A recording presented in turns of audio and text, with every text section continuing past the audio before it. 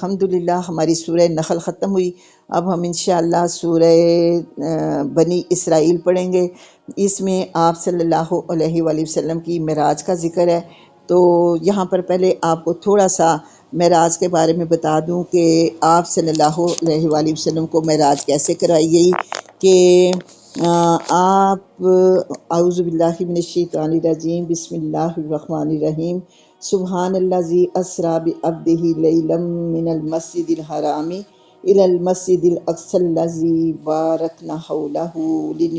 لنریہ من آیاتنا انہ هو السمیع البصیر۔ پاک ہے وہ ذات جو لے گیا اپنے بندے کو راتوں رات مسجد الحرام سے مسجد اقصی کی طرف، جس کے ماحول کے اندر ہم نے برکتیں رکھی تھی تاکہ ہم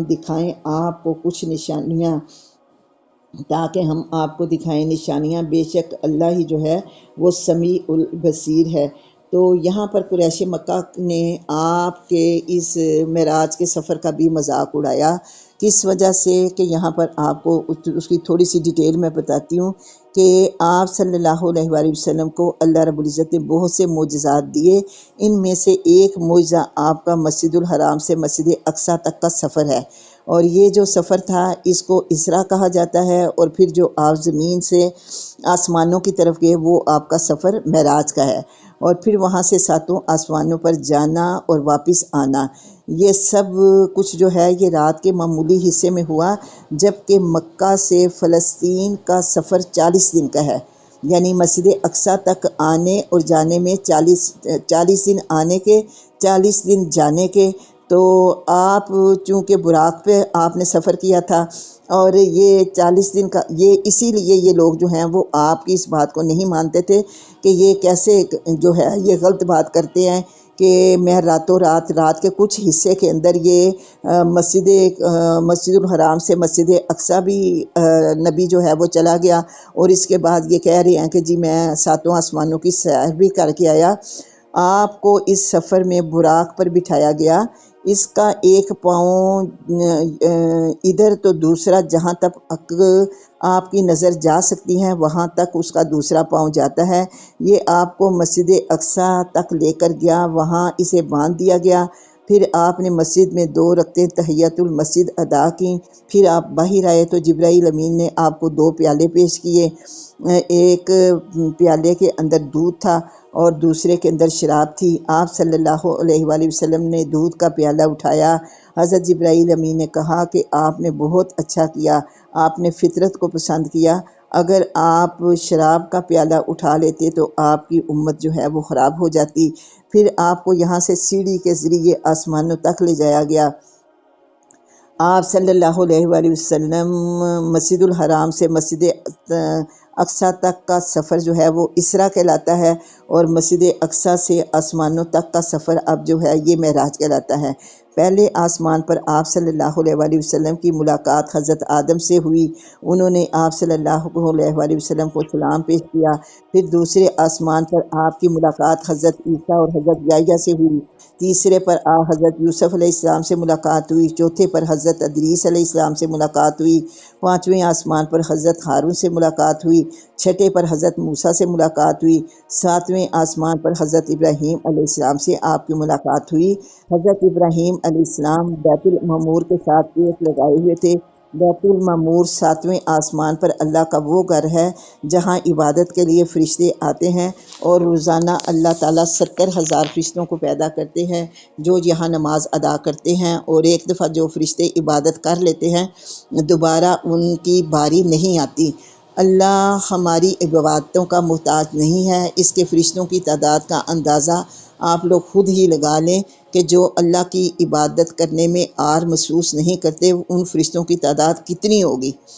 اس کے بعد آپ صلی اللہ علیہ وآلہ وسلم نے اللہ تعالیٰ سے براہ راست کلام کیا لیکن دیدار نہیں کیا۔ اب جو لوگ کہتے ہیں نا کہ آپ صلی اللہ علیہ وآلہ وسلم نے اللہ کو دیکھا تو یہ غلط ہے۔ آپ کے اور اللہ رب العزت کے درمیان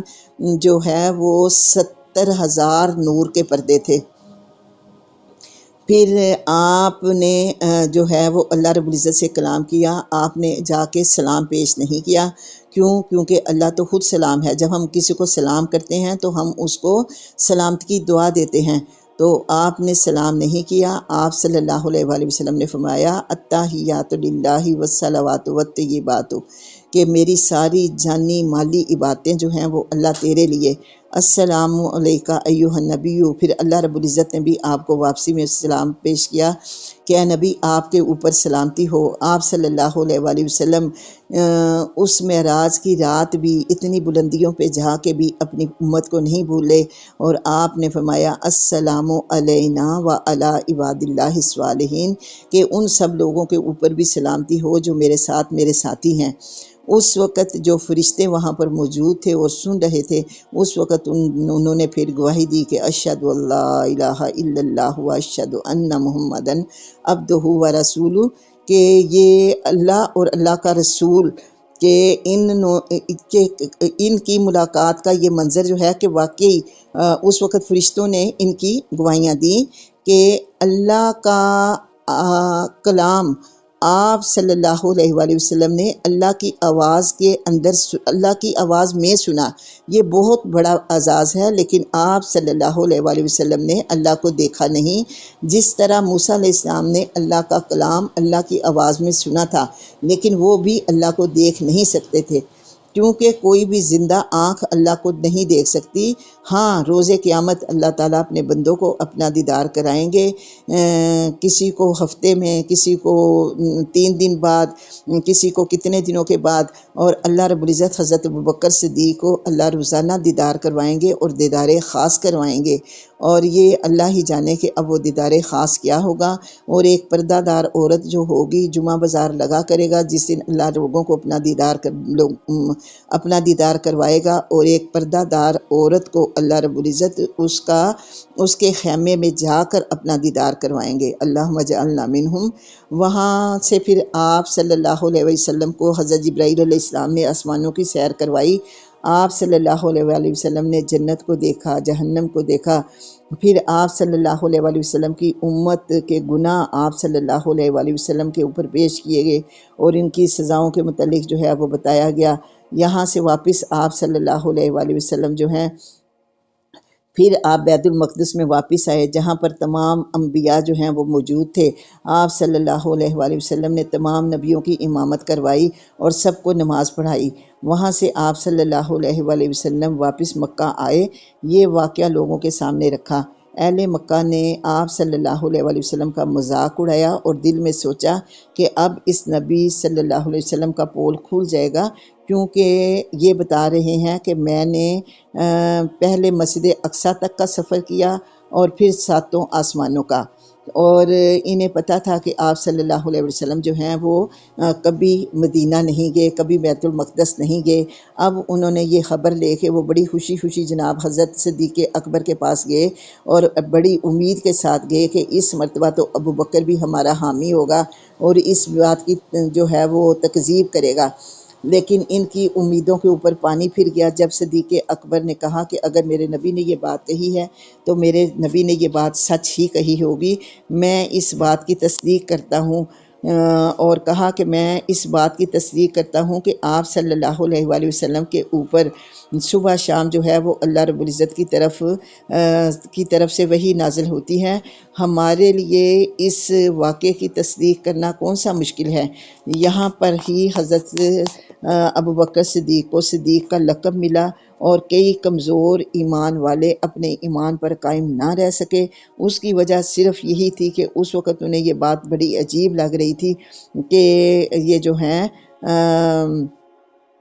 یہ اس وقت ان کو یہ بات بڑی عجیب لگی کہ جو 40 دن کا 80 دن کا سفر تھا، یہ بندہ جو ہے یہ کہہ رہا کہ اس نے رات کے ایک تھوڑے سے پہر کے اندر جو ہے رات کے ایک مختصر حصے میں یہ بیت المقدس کا سفر کیا اور پھر 7 آسمانوں کا۔ اور آپ صلی اللہ علیہ وآلہ وسلم کے متعلق یہ بھی کہا جاتا ہے کہ آپ کی یہ معراج جو ہے وہ یہ جسمانی نہیں تھی، بلکہ آپ نے خواب کے اندر دیکھا تو آپ صلی اللہ علیہ وسلم کو اللہ رب العزت نے روح اور جسم کے ساتھ معراج کرائی۔ قرآن پاک میں اللہ رب العزت نے خود فرمایا نا، یہ بھی ہم نے پڑھا کہ پاک ہے وہ رب جس نے اپنے بندے کو مسجد الحرام سے مسجد اقصیٰ تک کی سیر کرائی، اور بندہ خالی روح کا نام نہیں ہوتا، بندہ جسم اور روح سے مل کے ایک انسان بنتا ہے۔ اسی لیے قریش مکہ نے اگر آپ نے خواب دیکھا ہوا ہوتا نا، اور اگر آپ یہ کہتے کہ میں نے خواب دیکھا ہے، تو قریش مکہ کبھی بھی آپ کی بات کا انکار نہیں کرتے، کیونکہ جو ہے وہ خواب میں تو بندہ کچھ بھی دیکھ سکتا ہے، وہاں تو انکار کی گنجائش ہی نہیں رہتی۔ یہ منظر اللہ رب العزت نے آپ صلی اللہ علیہ وآلہ وسلم کو آپ کی آنکھوں سے دکھایا، اور یہ اسی لیے تھا کہ لوگوں کی آزمائش ہو سکے۔ حدیث شریف میں ہے، یہ بخاری کی حدیث ہے کہ آپ صلی اللہ علیہ وآلہ وسلم نے یہ منظر اپنی آنکھوں سے دیکھا۔ اس سفر میں آپ صلی اللہ علیہ وآلہ وسلم نے اللہ کی بڑی بڑی نشانیاں دیکھی۔ آپ کی نگاہ نہ دائیں گئی نہ بائیں گئی، اپنی حد سے آگے نہیں بڑھی۔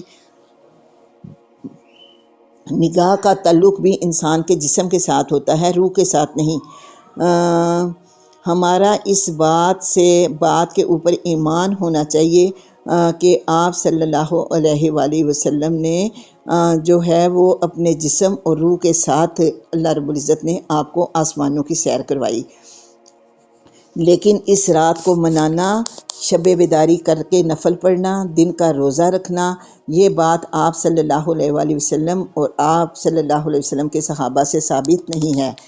آپ نے معراج کے وقت سدرۃ المنتہا پر جبرائیل کو اپنی اصلی شکل میں دیکھا۔ اس سے پہلے جب بھی آپ صلی اللہ علیہ وسلم نے جبرائیل کو دیکھا تھا، وہ انسانی شکل میں ہوتے تھے۔ 2 مرتبہ صرف جبرائیل کو اپنی اصلی حالت میں دیکھا۔ ان کا جسم اتنا بڑا تھا کہ انہوں نے آسمان اور زمین کے درمیان کے خلا کو پر کر رکھا تھا۔ جبرائیل امین کے 600 پر ہیں۔ اس سفر میں آپ صلی اللہ علیہ وآلہ وسلم کے گھر کی چھت کو پھاڑا گیا، آپ کے سینہ مبارک کو چاک کر کے دل نکال کر اسے زمزم کے پانی سے دھویا گیا، اور آپ صلی اللہ علیہ وسلم کے دل کو حکمت اور ایمان سے پر کر کے بند کر دیا گیا۔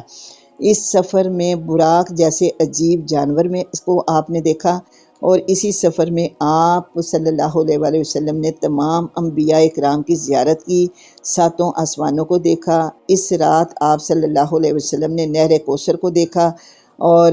بہت سے جہنمیوں کو جہنم کی آگ میں جلتے ہوئے دیکھا۔ آپ صلی اللہ علیہ وآلہ وسلم کو اس سفر میں 3 چیزیں دی گئیں: سورۃ بقرہ کا آخری رکوع، اور آپ صلی اللہ علیہ وآلہ وسلم کو 5 نمازوں کا تحفہ دیا گیا، اور اس کے بعد آپ کو خوشخبری دی گئی کہ آپ صلی اللہ علیہ وسلم کی امت کے وہ لوگ جو شرک نہیں کریں گے، توحید پر جن کی موت ہوگی، ان کو بالآخر جنت میں بھیجا جائے گا۔ تو وہ جہنم میں نہیں رہیں گے۔ توحید پر تھے لیکن کبیرہ گناہ کیے، کیونکہ جو کبیرہ کبائر سے بچے گا وہ سیدھا جنت میں جائے گا، وہ سابقون میں ہوگا۔ لیکن جن سے کبیرہ گناہ ہوئے، ان کو اللہ رب العزت جو ہے وہ ان کے اعمال کی سزا دینے کے بعد اللہ انہیں جنت میں داخل کر دے گا۔ اور آپ کو جو ہے وہ آپ کو 5 نمازیں ملیں۔ دیکھیں کہ یہ کتنا بڑا تحفہ جو اللہ رب العزت نے آسمان کی بلندیوں کے اوپر آپ صلی اللہ علیہ وآلہ وسلم کو ملا۔ تو اسی لیے کہتے ہیں کہ نماز جو ہے یہ دین کی معراج ہے، کہ یہ اتنا پیارا تحفہ، اور ہم اب ذرا اپنے آپ میں دیکھیں کہ ہم اس تحفے کی کتنی قدر کرتے ہیں۔ ہم کوئی نماز پڑھتے ہیں، کوئی چھوڑ دیتے ہیں، اور جو پڑھتے ہیں وہ بھی سستی اور کاہلی کی نماز ہوتی ہے۔ تو اللہ کرے کہ ہمیں اس بلندیوں پر ملنے والے تحفے کی قدر آئے، اور ہم جو ہے وہ اپنی اصلاح کر لیں۔ اچھا، اب وہاں پر آپ صلی اللہ علیہ وآلہ وسلم نے یہ دیکھا کہ جو ہیں جس وقت آپ معراج پر گئے، آپ نے دیکھا کہ بہت سے لوگ جو ہیں وہ صاف ستھرا کھانا چھوڑ کے زمین پہ پڑا ہوا گندا کھانا کھا رہے ہیں۔ لوگوں نے پوچھا کہ یا رسول اللہ یہ کون ہے؟ آپ صلی اللہ علیہ وسلم نے جبرائیل امین سے پوچھا کہ یہ کون ہے؟ جبرائیل امین نے بتایا کہ یہ آپ کی امت کے وہ لوگ جو اپنی صاف ستھری بیویوں کو گھروں میں چھوڑ کے باہر منہ مارتے پھرتے ہیں۔ پھر آپ نے دیکھا کہ تانبے کے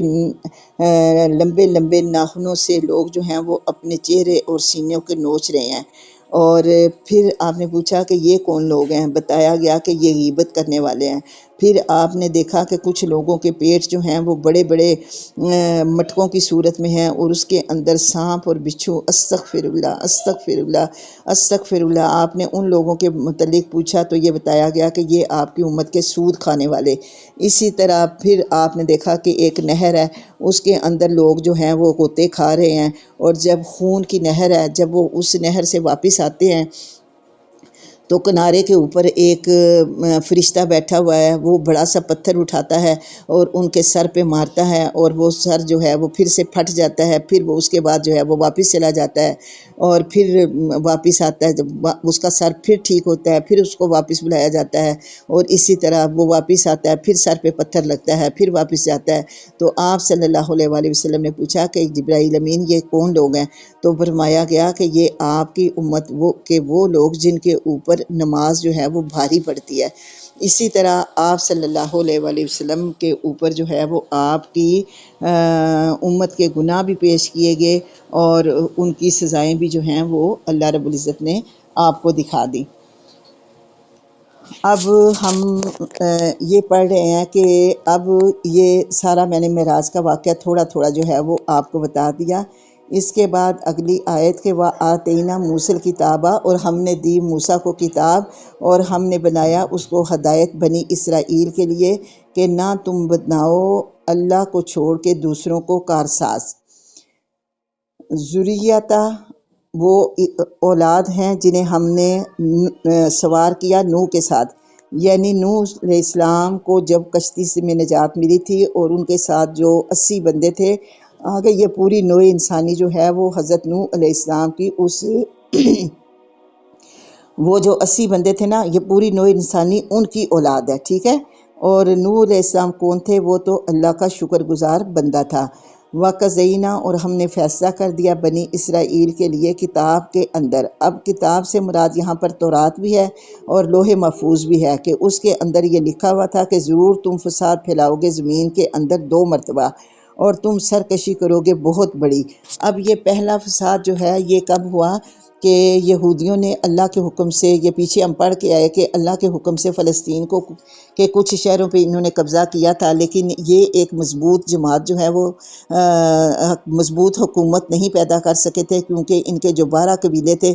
ہر ایک قبیلے نے اپنی اپنی الگ ریاست بنائی، اس وجہ سے ان کی حکومت کو استحکام نصیب نہیں ہوا، اور ان کے اندر اس کے بعد ان کے اندر اخلاقی اعتقادی برائیاں جو ہیں وہ پھیلنے لگیں، شرک کرنے لگے، بے حیائی کرنے لگے، بدکاری عام ہو گئی، اور یہ لوگ ہدایت سے باہر چلے گئے۔ پھر حضرت داؤد علیہ السلام اور حضرت سلیمان علیہ السلام نے ان کی بہت اصلاح کی، اور ایک دفعہ پھر اس بنی اسرائیل کو مضبوط بنا دیا، لیکن کچھ عرصے کے بعد انہوں نے دوبارہ وہی گندی عادتیں اپنا لیں، اور یہ صورتحال دیکھ کر بابل کے بادشاہ بخت نصر نے ان پر چڑھائی کی اور بادشاہ کو قید کر لیا، اور جو بچے کھچے یہودی تھے انہوں نے بابل کے خلاف بغاوت کی، تو بخت نصر نے ایک دفعہ پھر حملہ کیا، اور اس دفعہ اس نے اس کے چھوٹے بڑے شہروں کی اینٹ سے اینٹ بجا دی، بہت سے لوگوں کو قیدی بنا لیا، جو بچ گئے وہ ہمسایہ قوموں کے ہاتھوں ذلیل ہو گئے، وہاں رہے۔ یہ وہ پہلا فساد تھا جس سے بنی اسرائیل کو منع کیا گیا تھا، اور جس کا ذکر یہاں پر ہم پڑھ رہے ہیں، اور جو قیدی بادشاہ اپنے ساتھ لے گیا تھا، انہی قیدیوں میں ایک حضرت عزیر علیہ السلام تھے۔ ان قیدیوں کو 7 سال بعد بخت نصر نے چھوڑا۔ آپ جب اپنے وطن واپس آ رہے تھے تب آپ نے وہ ایک برباد شدہ بستی دیکھی تھی، جس کا ذکر ہم جو ہے وہ سورۃ بقرہ کے اندر سارا پیچھے پڑھ رہے ہیں۔ پھر اللہ فرماتے ہیں کہ جب آیا وعد اولاہما، ان دونوں میں سے پہلا وعدہ، ہم نے بھیجا ان کے اوپر عباد لنا، اپنے ان بندوں کو جو سخت جنگجو تھے۔ یہی بخت نصر کا میں نے ابھی آپ کو بتایا کہ اس نے کیا کیا، وہ ان کے شہروں کے اندر گھس گئے، اور اللہ کا وعدہ پورا ہو کر رہنے والا ہے کہ جب کوئی قوم جو ہے وہ بھٹکتی ہے تو پھر اللہ رب العزت جو ہے وہ اس کے اوپر اللہ رب العزت کی طرف سے عذاب اترتا ہے، تو یہ اللہ کی طرف سے اترنے والا عذاب تھا۔ پھر اللہ نے باری لوٹا دی ان کے اوپر کہ اللہ نے اب اس کے بعد انہوں نے تھوڑا سا یہ جنگ کے بعد اب جو لوگ باقی دوسرے شہروں میں بھی بس گئے تھے نا، اب ان کو اللہ رب العزت نے پھر موقع دیا اور انہوں نے اپنے اصلاح کی، تو اللہ رب العزت نے ان کو غلبہ دیا، مال دیا، بیٹے دیے، اور ان کو پھر ایک لشکر بنا دیا کہ اللہ فرماتے ہیں کہ اگر تم نیکی کرو گے، احسان کرو گے، اپنے اعمال کی اصلاح کرو گے، تو جو وہ نیکیاں جو ہیں ان کا فائدہ تمہاری اپنی ذات کو ہی ہوگا۔ اب اگر انہوں نے اپنے آپ کو جو ہے وہ اپنے آپ کو سیدھا کیا، تو اللہ رب العزت نے بھی پھر ان کا ایک لشکر جو ہے اس کو تیار کر دیا، اور یہ کہ تم نے جو کوئی بھی گندے کام کرے گا تو اس کا وبال بھی اس کے اپنے اوپر ہے۔ پھر جب آیا وعدہ دوسرا کہ اس کے اندر کیا ہوا کہ اللہ نے ان کے اوپر ایسی قوم کو مسلط کیا جس نے ان کے چہروں کو بگاڑ دیا، اور وہ داخل ہو گئے مسجد الحرام میں جیسے وہ داخل ہوئے تھے پہلی مرتبہ، اور اللہ تعالیٰ نے ان کو پوری طرح برباد کر دیا۔ اب دوسرے وقت ان کے اوپر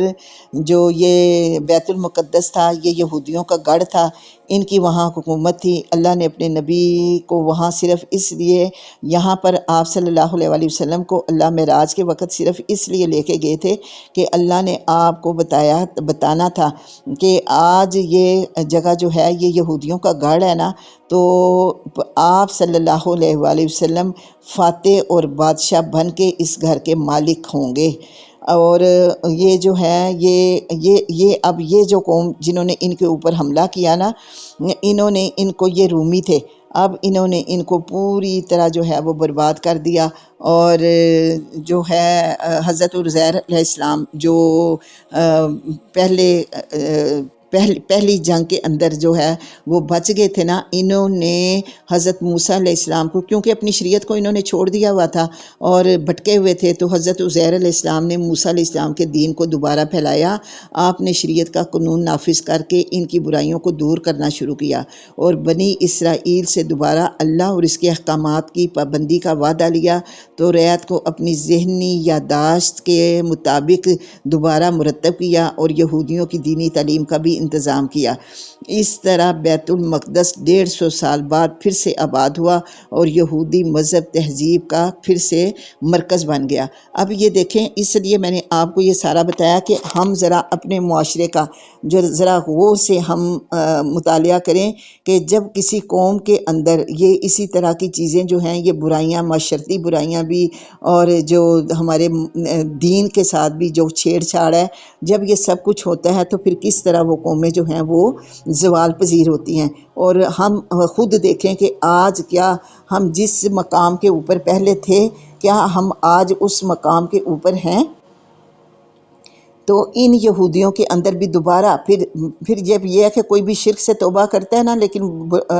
مسئلہ یہ ہے کہ تھوڑا عرصہ کوئی بھی سیدھا رہتا ہے، اور اس کے بعد جو ہے وہ دوبارہ پھر سے انہی راستوں کے اوپر جو ہے وہ چل پڑتے ہیں۔ تو پھر یہ ان یہودیوں کے اندر بھی یہی ہوا کہ یہ پھر سے دوبارہ ان کے اندر وہی والی خرابیاں جو ہیں وہ پیدا ہونی شروع ہو گئی، جیسی ان کے اندر بے حیائی اور بدکاری جو ہے وہ پہلے تھی، اب پھر شروع ہوئی۔ تو ان کے اوپر جو ہے اب رومیوں نے ان کے اوپر قبضہ کیا،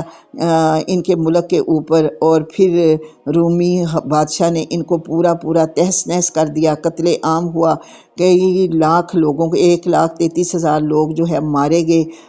67,000 کے قریب غلام جو ہیں وہ انہیں غلام بنا لیا گیا۔ خوبصورت لڑکیاں جو ہیں وہ فاتحین جو تھے انہوں نے اپنے لیے چن لیں، اور یروشلم اور ہیکل سلیمانی جو ان کا خاص عبادت گاہ تھی اس کو پیوند خاک کر دیا گیا، اور فلسطین سے یہودیوں کا اور ان کے اقتدار کا ایسا خاتمہ ہوا کہ کبھی پھر انہیں سر اٹھانے کی جرت نہیں ہوئی۔ تو یہاں پر یہ ہے کہ یہ بتایا گیا کہ جب کوئی بھی قوم جس وقت بگڑتی ہے نا، تو پھر اللہ رب العزت کے طرف سے ان کے اوپر عذاب آتا ہے۔ ممکن ہے کہ رب تمہارا ان کے اوپر رحم کرے، اور اگر تم دوبارہ ویسی ہی زیادتی کرو گے، یعنی کہ ویسے ہی گناہ کرو گے، تو پھر ہم کیا کریں گے؟ ہم نے بنا دیا ہے جہنم کو تمہیں گھیرنے کے لیے، جہنم کافروں کو ان کے اعمال سمیت گھیر لے گی۔ بے شک یہ قرآن جو ہے یہ تو ہدایت دیتا ہے سیدھے راستے کی طرف، اور خوشخبری دے دو مومنوں کو کہ وہ لوگ جو عمل کرتے ہیں اچھے ان کے لیے اجر ہے بہت بڑا، اور بے شک وہ لوگ جو نہیں ایمان لاتے آخرت پر ہم نے تیار کیا ہے ان کے لیے دردناک عذاب۔ اور پکارتا ہے انسان برائی کی دعا کو اس طرح جس طرح وہ نیکی کی دعا کو نیکیاں یا بھلائیاں اپنے لیے مانگتا ہے۔ انسان بڑا ہی جلد باز ہے، جب بندے کو کوئی تکلیف پہنچتی ہے تو فوراً بد دعا دینا شروع کر دیتا ہے۔ ہاں وہ بد دعا اس کے دشمنوں کے حق میں ہو یا اس کے اپنے حق میں ہو یا اس کی اولاد کے حق میں ہو۔ اگر اپنی ذات کے بارے میں ہو تو اپنے لیے اللہ سے موت مانگے گا، اپنے لیے کیا کچھ کرے گا۔ اسی طرح اولاد کے اگر کوئی نافرمانی کرتا ہے تو فوراً سے اس کے لیے بھی بد دعائیں کرنا شروع کر دیتے ہیں، لیکن بعد میں انہیں یہ احساس ہوتا ہے جب حواس بحال ہوتے ہیں کہ اگر میری بد دعا قبول ہو گئی ہوتی تو اس وقت میرا کتنا بڑا نقصان جو ہے وہ ہو جاتا۔ لیکن انسان جو ہے وہ جلد باز ہے، جلدی کے اندر وہ سب کچھ کر گزرتا ہے۔ اور ہم نے بنایا رات اور دن کو دو نشانیاں، ایک نشانی جو ہے وہ غائب ہو جاتی ہے اور پھر دوسری نشانی جو ہے یعنی دن کی اس کو اللہ لے آتا ہے تاکہ تم تلاش کرو اپنے رب کا فضل اور تاکہ تم جان لو گنتی سالوں کی اور اس کے حساب کو۔ اور ہم نے ہر چیز کو کھول کھول کے بیان کر دیا ہے، اور ہم نے لٹکا دی ہے ہر انسان کی قسمت فی عنقہ ہی اس کی گردن کے اندر، یعنی کہ کل قیامت کے دن ہر انسان کا اعمال نامہ اس کی اپنی گردن کے اندر لٹکا ہوا ہوگا، اور اس وقت اللہ رب العزت فرمائیں گے کفا بنفسک الیوم علیک حسیبا، کہ آج تمہارا حساب لینے کے لیے یہ تمہارا اعمال نامہ جو ہے وہی کافی ہے۔ اس وقت جس وقت قیامت کے دن اللہ اس کتاب کو لے کے آئیں گے نا جو جس کے اندر ہمارے اعمال لکھے ہوئے ہیں تو وہ کھلی ہوئی ہوگی، تو اس وقت پھر اللہ کہیں گے اقرا کتابک کفا بنفسک الیوم علیک حسیبا من اہتدی، اس وقت جو ہدایت کے اوپر ہوگا تو ہدایت کا فائدہ اس کی اپنی ذات کو لیے، اور جب گمراہ ہوگا تو اس کا وبال بھی اس کے اپنے اوپر ہوگا، اور نہیں اٹھائے گی کوئی جان کسی کا بوجھ کسی دوسرے کا، اور نہیں ہم عذاب دیتے یہ کسی بھی بستی کے اندر کسی بھی قوم کے اندر ہمارا عذاب اس وقت تک نہیں آتا جس وقت تک ہدایت کے لیے ہم کوئی رسول وہاں بھیج نہ دیں۔ اور جب ہم ارادہ کرتے ہیں کہ ہم ہلاک کریں کسی بستی کو، جب وہ جو ہے نافرمانیاں کرتی ہے، ہم حکم بھیجتے ہیں اس کے خوشحال لوگوں کی طرف، پھر وہ نافرمانیاں کرتے ہیں اس کے اندر، تو پھر سچ ہو جاتی ہے ان کے اوپر بات میرے اللہ کی کہ یہ لوگ جو ہیں وہ پوری طرح ہلاک کر دیے جائیں گے۔ اور کتنی ہی بستیاں ہیں، کتنی ہی ہم نے ہلاک کی بستیاں نوح علیہ السلام کے بعد، اور کافی ہے تیرا رب ان اپنے بندے کے گناہوں کو دیکھنے کے لیے اور ان کی خبر رکھنے کے لیے۔ جو شخص دنیا مانگتا ہے ہم اس بندے کو اتنی دنیا دے دیتے ہیں جتنی وہ چاہتا ہے، ٹھیک ہے، لمن نریدو ثم جعلنا لہ جہنم، پھر ہم اس کے لیے جو ہے وہ جہنم ہم نے اس کے لیے تیار کر دی۔ پھر وہ کیا ہے کہ اس جہنم کے اندر وہ مذمت کیا ہوا اور رحمت سے دور کیا ہوا ضلالت کے ساتھ جو ہے وہ اس جہنم میں پڑا رہے گا۔ اگر کوئی دنیا اللہ رب العزت سے آخرت مانگتا ہے تو اللہ رب العزت جو ہے وہ اس کو آخرت عطا کرتے ہیں، وہ کوشش کرتا ہے اپنی آخرت کو سنوارنے کی، اور وہ مومن بھی ہے۔ تو یہی لوگ ہیں جن کی کوشش کی اللہ قدر کرتا ہے۔ اللہ فرماتے ہیں نا ان الانسان الا ما سعی، کہ انسان کے لیے صرف وہ ہے جو اس نے کوشش کی۔ اگر آپ کی کوشش ہی صرف دنیا کے لیے ہے تو پھر آپ کو دنیا ہی ملے گی نا، آخرت تو نہیں ملے گی۔ لیکن اگر آپ کی کوشش یہ ہے کہ دنیا کے ساتھ ساتھ ہم اپنی آخرت کی بھی تیاری کریں تو پھر اللہ تمہاری اس کوشش کی قدر کرے گا۔ کُلًّا نُمِدُّ ہؤلاء، اللہ ہی ہے ہر ایک کو ہم دیتے ہیں، ان کو بھی اور ان کو بھی، یہ تیرے رب کی تقسیم ہے کہ جو نافرمان ہے اللہ اس کو بھی دیتا ہے، جو فرما بردار ہے اللہ اس کو بھی دیتا ہے، اور تیرے رب کی عطا جو ہے وہ روکی جانے والی نہیں ہے۔ دیکھو کس طرح ہم نے فضیلت دی تم میں سے بعض کو بعض کے اوپر، لیکن یہ دنیا کی فضیلتیں ہیں، ٹھیک ہے، لیکن جو آخرت کے درجات ہیں نا وہ بڑے ہیں۔ اور پھر اس دن جو فضیلت ملے گی نا کسی کو اس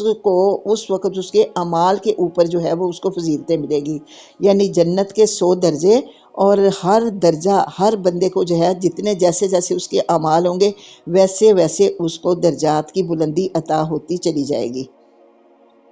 اور نہ تو بنا اللہ کے ساتھ کوئی دوسرا معبود، پھر تو ہو جائے گا مذمت کیا ہوا، بے بس ہو کے بیٹھا ہوا۔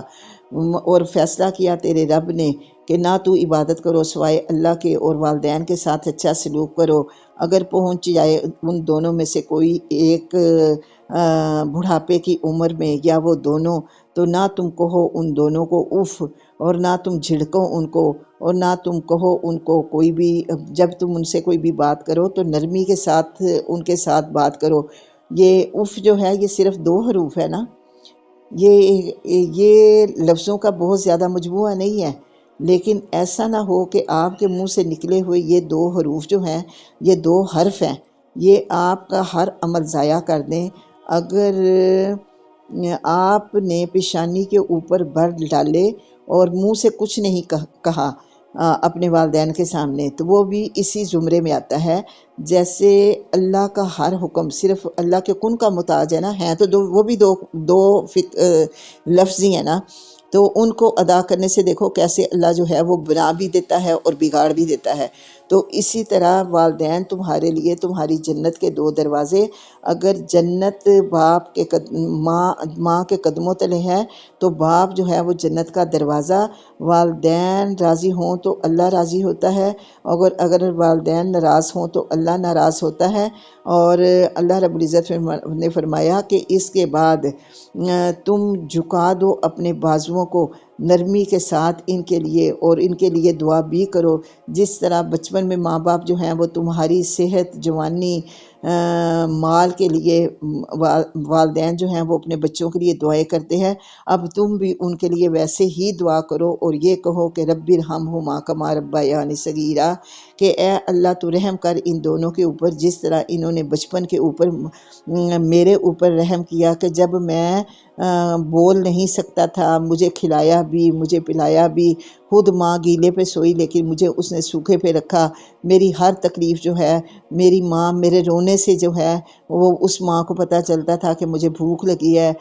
رونے سے میری ماں کو پتہ چل جاتا تھا کہ اب میرے اب جسم کے کسی حصے میں تکلیف ہے، رونے سے ہی میری ماں کو جو ہے وہ میری ہر تکلیف کا اندازہ ہو جاتا تھا۔ تو اے اللہ میرے والدین کے اوپر جو ہے وہ اپنی رحمتیں نازل کر، تیرا رب جانتا ہے اس کو جو تمہارے دلوں کے اندر ہے۔ اب بعض اولادیں ایسی ہیں کہ ان کے دل کے اندر اپنے ماں باپ کی نافرمانی کرنے کی بات جو ہے وہ نہیں ہوتی، لیکن وہ اپنی عادت کے ہاتھوں مجبور ہوتے ہیں۔ بعض کا لہجہ کرخت ہوتا ہے نا، یا ان کو مطلب ہے کہ بات کرتے ہوئے سمجھ نہیں آتی، لیکن ان کا مقصد جو ہے وہ والدین کی نہ ہی نافرمانی کرنا ہوتا ہے اور نہ ہی والدین کے دلوں کو دکھانا، لیکن وہ کیا کرتے ہیں، تو اللہ ایسے لوگوں کے دلوں کو جانتا ہے۔ اگر تم نیکوکار ہو تو بے شک اس وقت تم کیا کرو، للاوابین غفورا، کو اس وقت جس وقت تمہیں اپنی غلطی کا احساس ہو تو پھر اس وقت والدین سے بھی معافی مانگ لو اور اللہ سے بھی معافی مانگ لو۔ اور اگر کسی کے والدین جو ہیں وہ بغیر آپ نے ان سے معافی مانگے دنیا سے چلے گئے، اور آپ کو لگتا ہے کہ آپ نے ان کی کوئی حق تلفی اور نافرمانی کی تھی، تو آپ ان کے لیے زیادہ سے زیادہ پھر جو ہے وہ ان کے لیے دعا کریں، ان کی بخشش کے لیے، ان کی درجات کی بلندی کے لیے، کیونکہ آپ کے پاس صرف اب یہی ایک راستہ ہے کہ آپ اس طریقے سے جو ہے وہ اپنے گناہ کا ازالہ کر سکتے ہیں۔ وَآتِ ذِی الْقُرْبَىٰ حَقَّهُ، اور دو قرابت داروں کو ان کے حق، اور مسکینوں کو اور مسافروں کو، اور نہ تم فضول خرچی کرو اندھا دھند۔ اب یہاں میں آپ کو بتا دوں کہ ایک اسراف ہوتا ہے اور ایک پذیر ہے۔ اسراف وہ ہے کہ آپ کا کام اگر 10 روپے میں ہو سکتا ہے، یعنی کوئی کپڑا میں 2000 کا سوٹ خرید سکتی ہوں، لیکن میں جان بوجھ کے جو ہے وہ اس کو ذرا تھوڑا سا اور فینسی کرنے کے لیے میں اس کو زیادہ قیمت پہ خریدوں۔ اور تبذیر جو ہوتی ہے وہ یہ ہوتی ہے کہ جس خرچے کی کوئی ضرورت ہی نہیں ہم اس کو کریں، وہ تبذیر کہلاتا ہے۔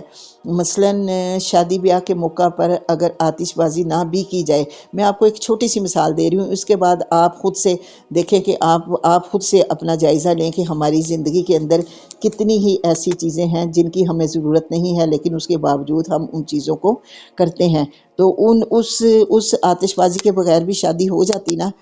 لیکن اس کے اوپر جو ہم نے کیا تو اللہ یہاں پہ کیا فرماتے ہیں کہ ان المبذرین، یہ لوگ جو تبذیر کرتے ہیں یہ شیطان کے بھائی ہیں، اور شیطان جو ہے وہ تو اپنے رب کا ناشکرا تھا، اس نے اپنے رب کی ذات کے ساتھ کفر کیا تھا۔ اور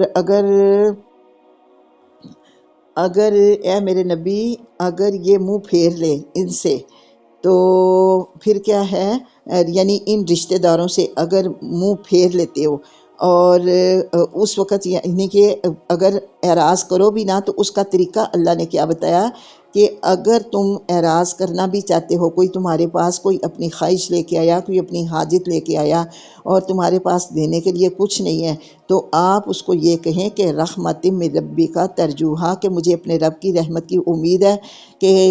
کہیں سے مال آئے گا یا اللہ پاک خوشحالی عطا کرے گا، تو جب میرے پاس آئیں گے تو میں انشاءاللہ آپ کا بھی خیال رکھوں گی۔ فَقُلْ لَهُمْ قَوْلًا مَيْسُورًا، پھر آپ ان سے بات کہیں اچھی، اور نہ آپ رکھ لیں یدا کا مغلولتاً، اپنے ہاتھوں کو اپنی گردنوں کے اوپر، یعنی کہ اپنے ہاتھوں کا توق بنا کے اس کو گردن کے ساتھ باندھ نہ لیں۔ کیونکہ ولا تبسطھا کل البسط، یعنی کہ آپ ان کو دیتے وقت، اب یہ رشتہ داروں کا معاملہ آیا نا، پہلے تو بتایا کہ ان کے ساتھ رحمت والا معاملہ کرنا ہے، انہیں یہ کہنا کہ مجھے اللہ کے گھر کی امید ہے کہ مجھے اگر کہیں سے کچھ آیا تو میں آپ کی حاجت کو بھی پورا کروں گی، اور اس کے بعد یہ دوسرا بتایا کہ آپ نے نہ تو بالکل اپنے ہاتھوں کو جو ہے وہ گردن کے ساتھ باندھ ہی لینا ہے کہ نہیں جی ہاتھوں کو باندھ لینا ہے کہ ہم نے خرچ کرنا ہی نہیں، کسی کو کچھ دینا ہی نہیں ہے، اور نہ آپ اپنے ہاتھوں کو پھر اتنا کشادہ کر دیں کہ آپ کے پاس جو کچھ ہے وہ سارے کا سارا آپ اللہ کی راہ میں خرچ کر دیں، اور اس کے بعد خود ملامت زدہ ہو کے تھکے ہوئے بن کے بیٹھ جائیں۔ اللہ نے کہیں بھی جو ہے وہ زیادتی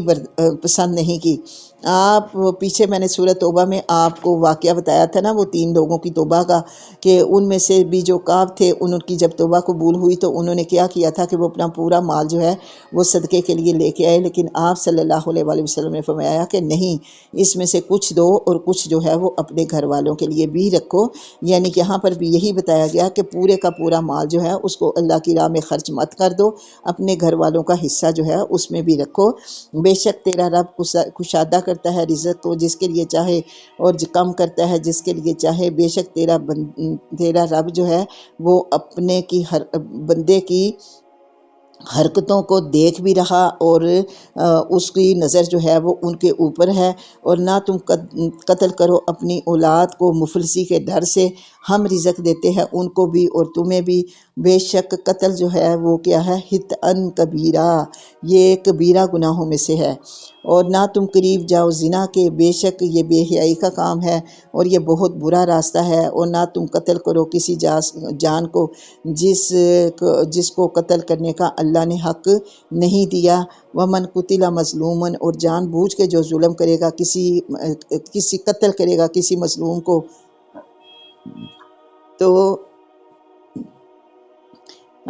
اس کے اب ولی کو اللہ رب العزت نے اختیار دیا کہ وہ اپنے اس چاہے تو قتل کا بدلہ لے لے چاہے دیت لے لے، ٹھیک ہے، لیکن وہ اسراف نہیں کرے گا قتل کے بارے میں، یعنی کہ اب وہ جو کچھ بھی حد، یعنی کہ اللہ نے جو حد مقرر کر دی نا کہ یا آپ قتل کا بدلہ قتل ہوگا یا دیت ہوگا، تو یہ نہیں ہوگا کہ آپ قتل بھی کر دو اور بعد میں ان سے دیت کا مطالبہ بھی کرو۔ تو بے شک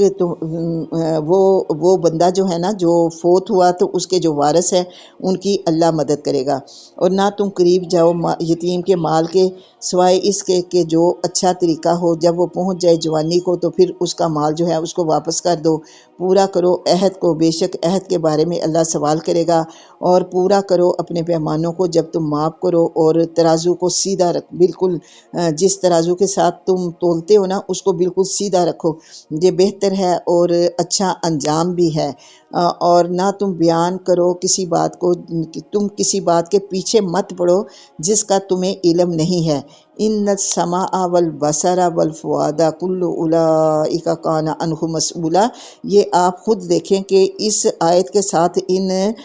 اللہ رب العزت نے اس بات کے ساتھ جو ہے وہ اللہ نے کس طرح ان باتوں کو جوڑا کہ بھئی اللہ آج اگر تمہیں کسی بات کا پتہ نہیں ہے نا تو اس بات کی ٹوہ میں مت رہو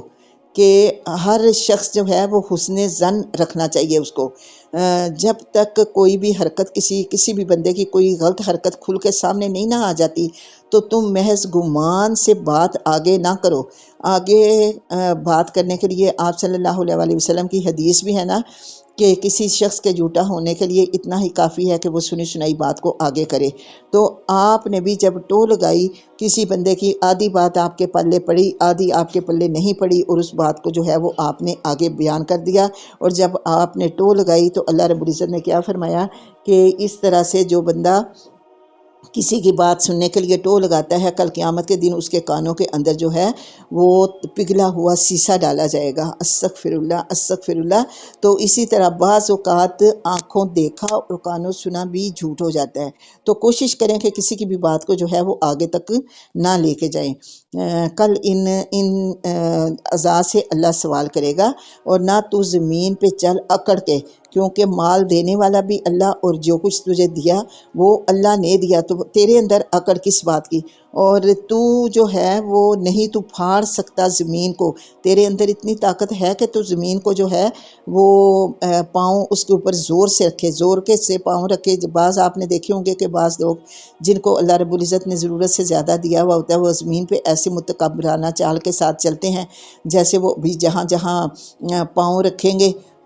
تو وہ زمین کو پھاڑ دیں گے وہاں سے۔ تو اللہ کہتا ہے تیرے پاؤں کے اندر بھی اتنی طاقت نہیں ہے، اور نہ ہی تو پہاڑ کی چوٹی کو چھو سکتا ہے، اور نہ تو اتنی بلندی سے، بے شک تو گردن جتنی مرضی اکڑا کے چل، تو پہاڑ کی بلندی تک نہیں چل سکتا۔ یہ سارے اعضاء جو ہیں کل اللہ رب العزت، یہ ساری برائیاں جو ہیں، یہ ساری باتیں تیرے رب کو ناپسند ہے، اور کل اللہ ان سب باتوں کے متعلق جو ہے وہ کل اللہ تم سے پوچھ گچھ کرے گا۔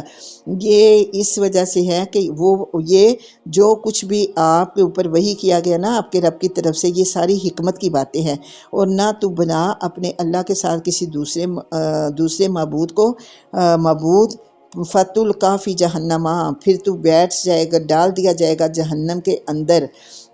دتکارا ہوا اور راندہ ہوا۔ کیا تم چن لیتے ہو اپنے لیے، کیا چن لیا ہے اللہ نے تمہارے لیے بیٹوں کو اور بیٹیوں کو اپنے لیے جو ہے وہ اللہ نے چن لیا ہے۔ انکم لتقولون قولا عظیما، بے شک تم جو ہے وہ بہت بڑی بات اپنے منہ سے بیان کرتے ہو، اور تحقیق ہم نے کھول کھول کے باتیں بیان کی اس قرآن کے اندر تاکہ لوگ نصیحت حاصل کریں، اور نہیں لوگ قرآن سے نصیحت حاصل کرتے اور وہ بڑھ جاتے ہیں مگر نفرت کے ساتھ۔ جب ان کو کوئی بھی قرآن کا پیغام ملتا ہے تو اے میرے نبی ان سے کہہ دو کہ اگر ہوتا اللہ کے ساتھ کوئی اور معبود جیسا کہ تم کہتے ہو، تو اس صورت میں وہ جو دوسرا معبود تھا وہ بھی تو اللہ کے ساتھ عرش پہ بیٹھنے کی خواہش کرتا نا، وہ بھی تو کہتا کہ اگر یہ اللہ عرش پہ بیٹھا ہوا ہے تو میں بھی تو اپنے لیے عرش کے اندر کوئی اور دوسری کرسی رکھ لوں۔ تو اللہ کہتے ہیں سبحانہ، اللہ اس سے پاک ہے اور بلند تر ہے اس سے جو وہ کہتے ہیں بڑی بڑی باتیں۔ تو سب بھی تسبیح بیان کرتا ہے اس کی ساتوں آسمان اور زمین اور جو کچھ ان کے درمیان ہے، اور کوئی ایسی چیز نہیں ہے جو اللہ کی تسبیح نہ بیان کرے، لیکن تم ان کی تسبیح کو سمجھ نہیں سکتے۔ بے شک اللہ حلیم، نرم دل اور اللہ بخشنے والا ہے۔ وَإِذَا قَرَأْتَ الْقُرْآنَ، جس وقت قرآن پاک پڑھا جاتا ہے تو ہم ڈال دیتے ہیں، کھڑی کر دیتے ہیں ان کے درمیان اور ان لوگوں کے درمیان جو ایمان نہیں لاتے۔ اب بار بار اللہ کا قرآن سن کے بھی ان کے دلوں کے اوپر کوئی اثر نہیں ہوتا، تو پھر اللہ درمیان میں ایک پردہ جو ہے وہ اس کو حائل کر دیتے ہیں جو کہ نظر نہیں آتا۔ وجعلنا، اور ہم بنا دیتے ہیں ان کے دلوں کے اوپر پردہ، اور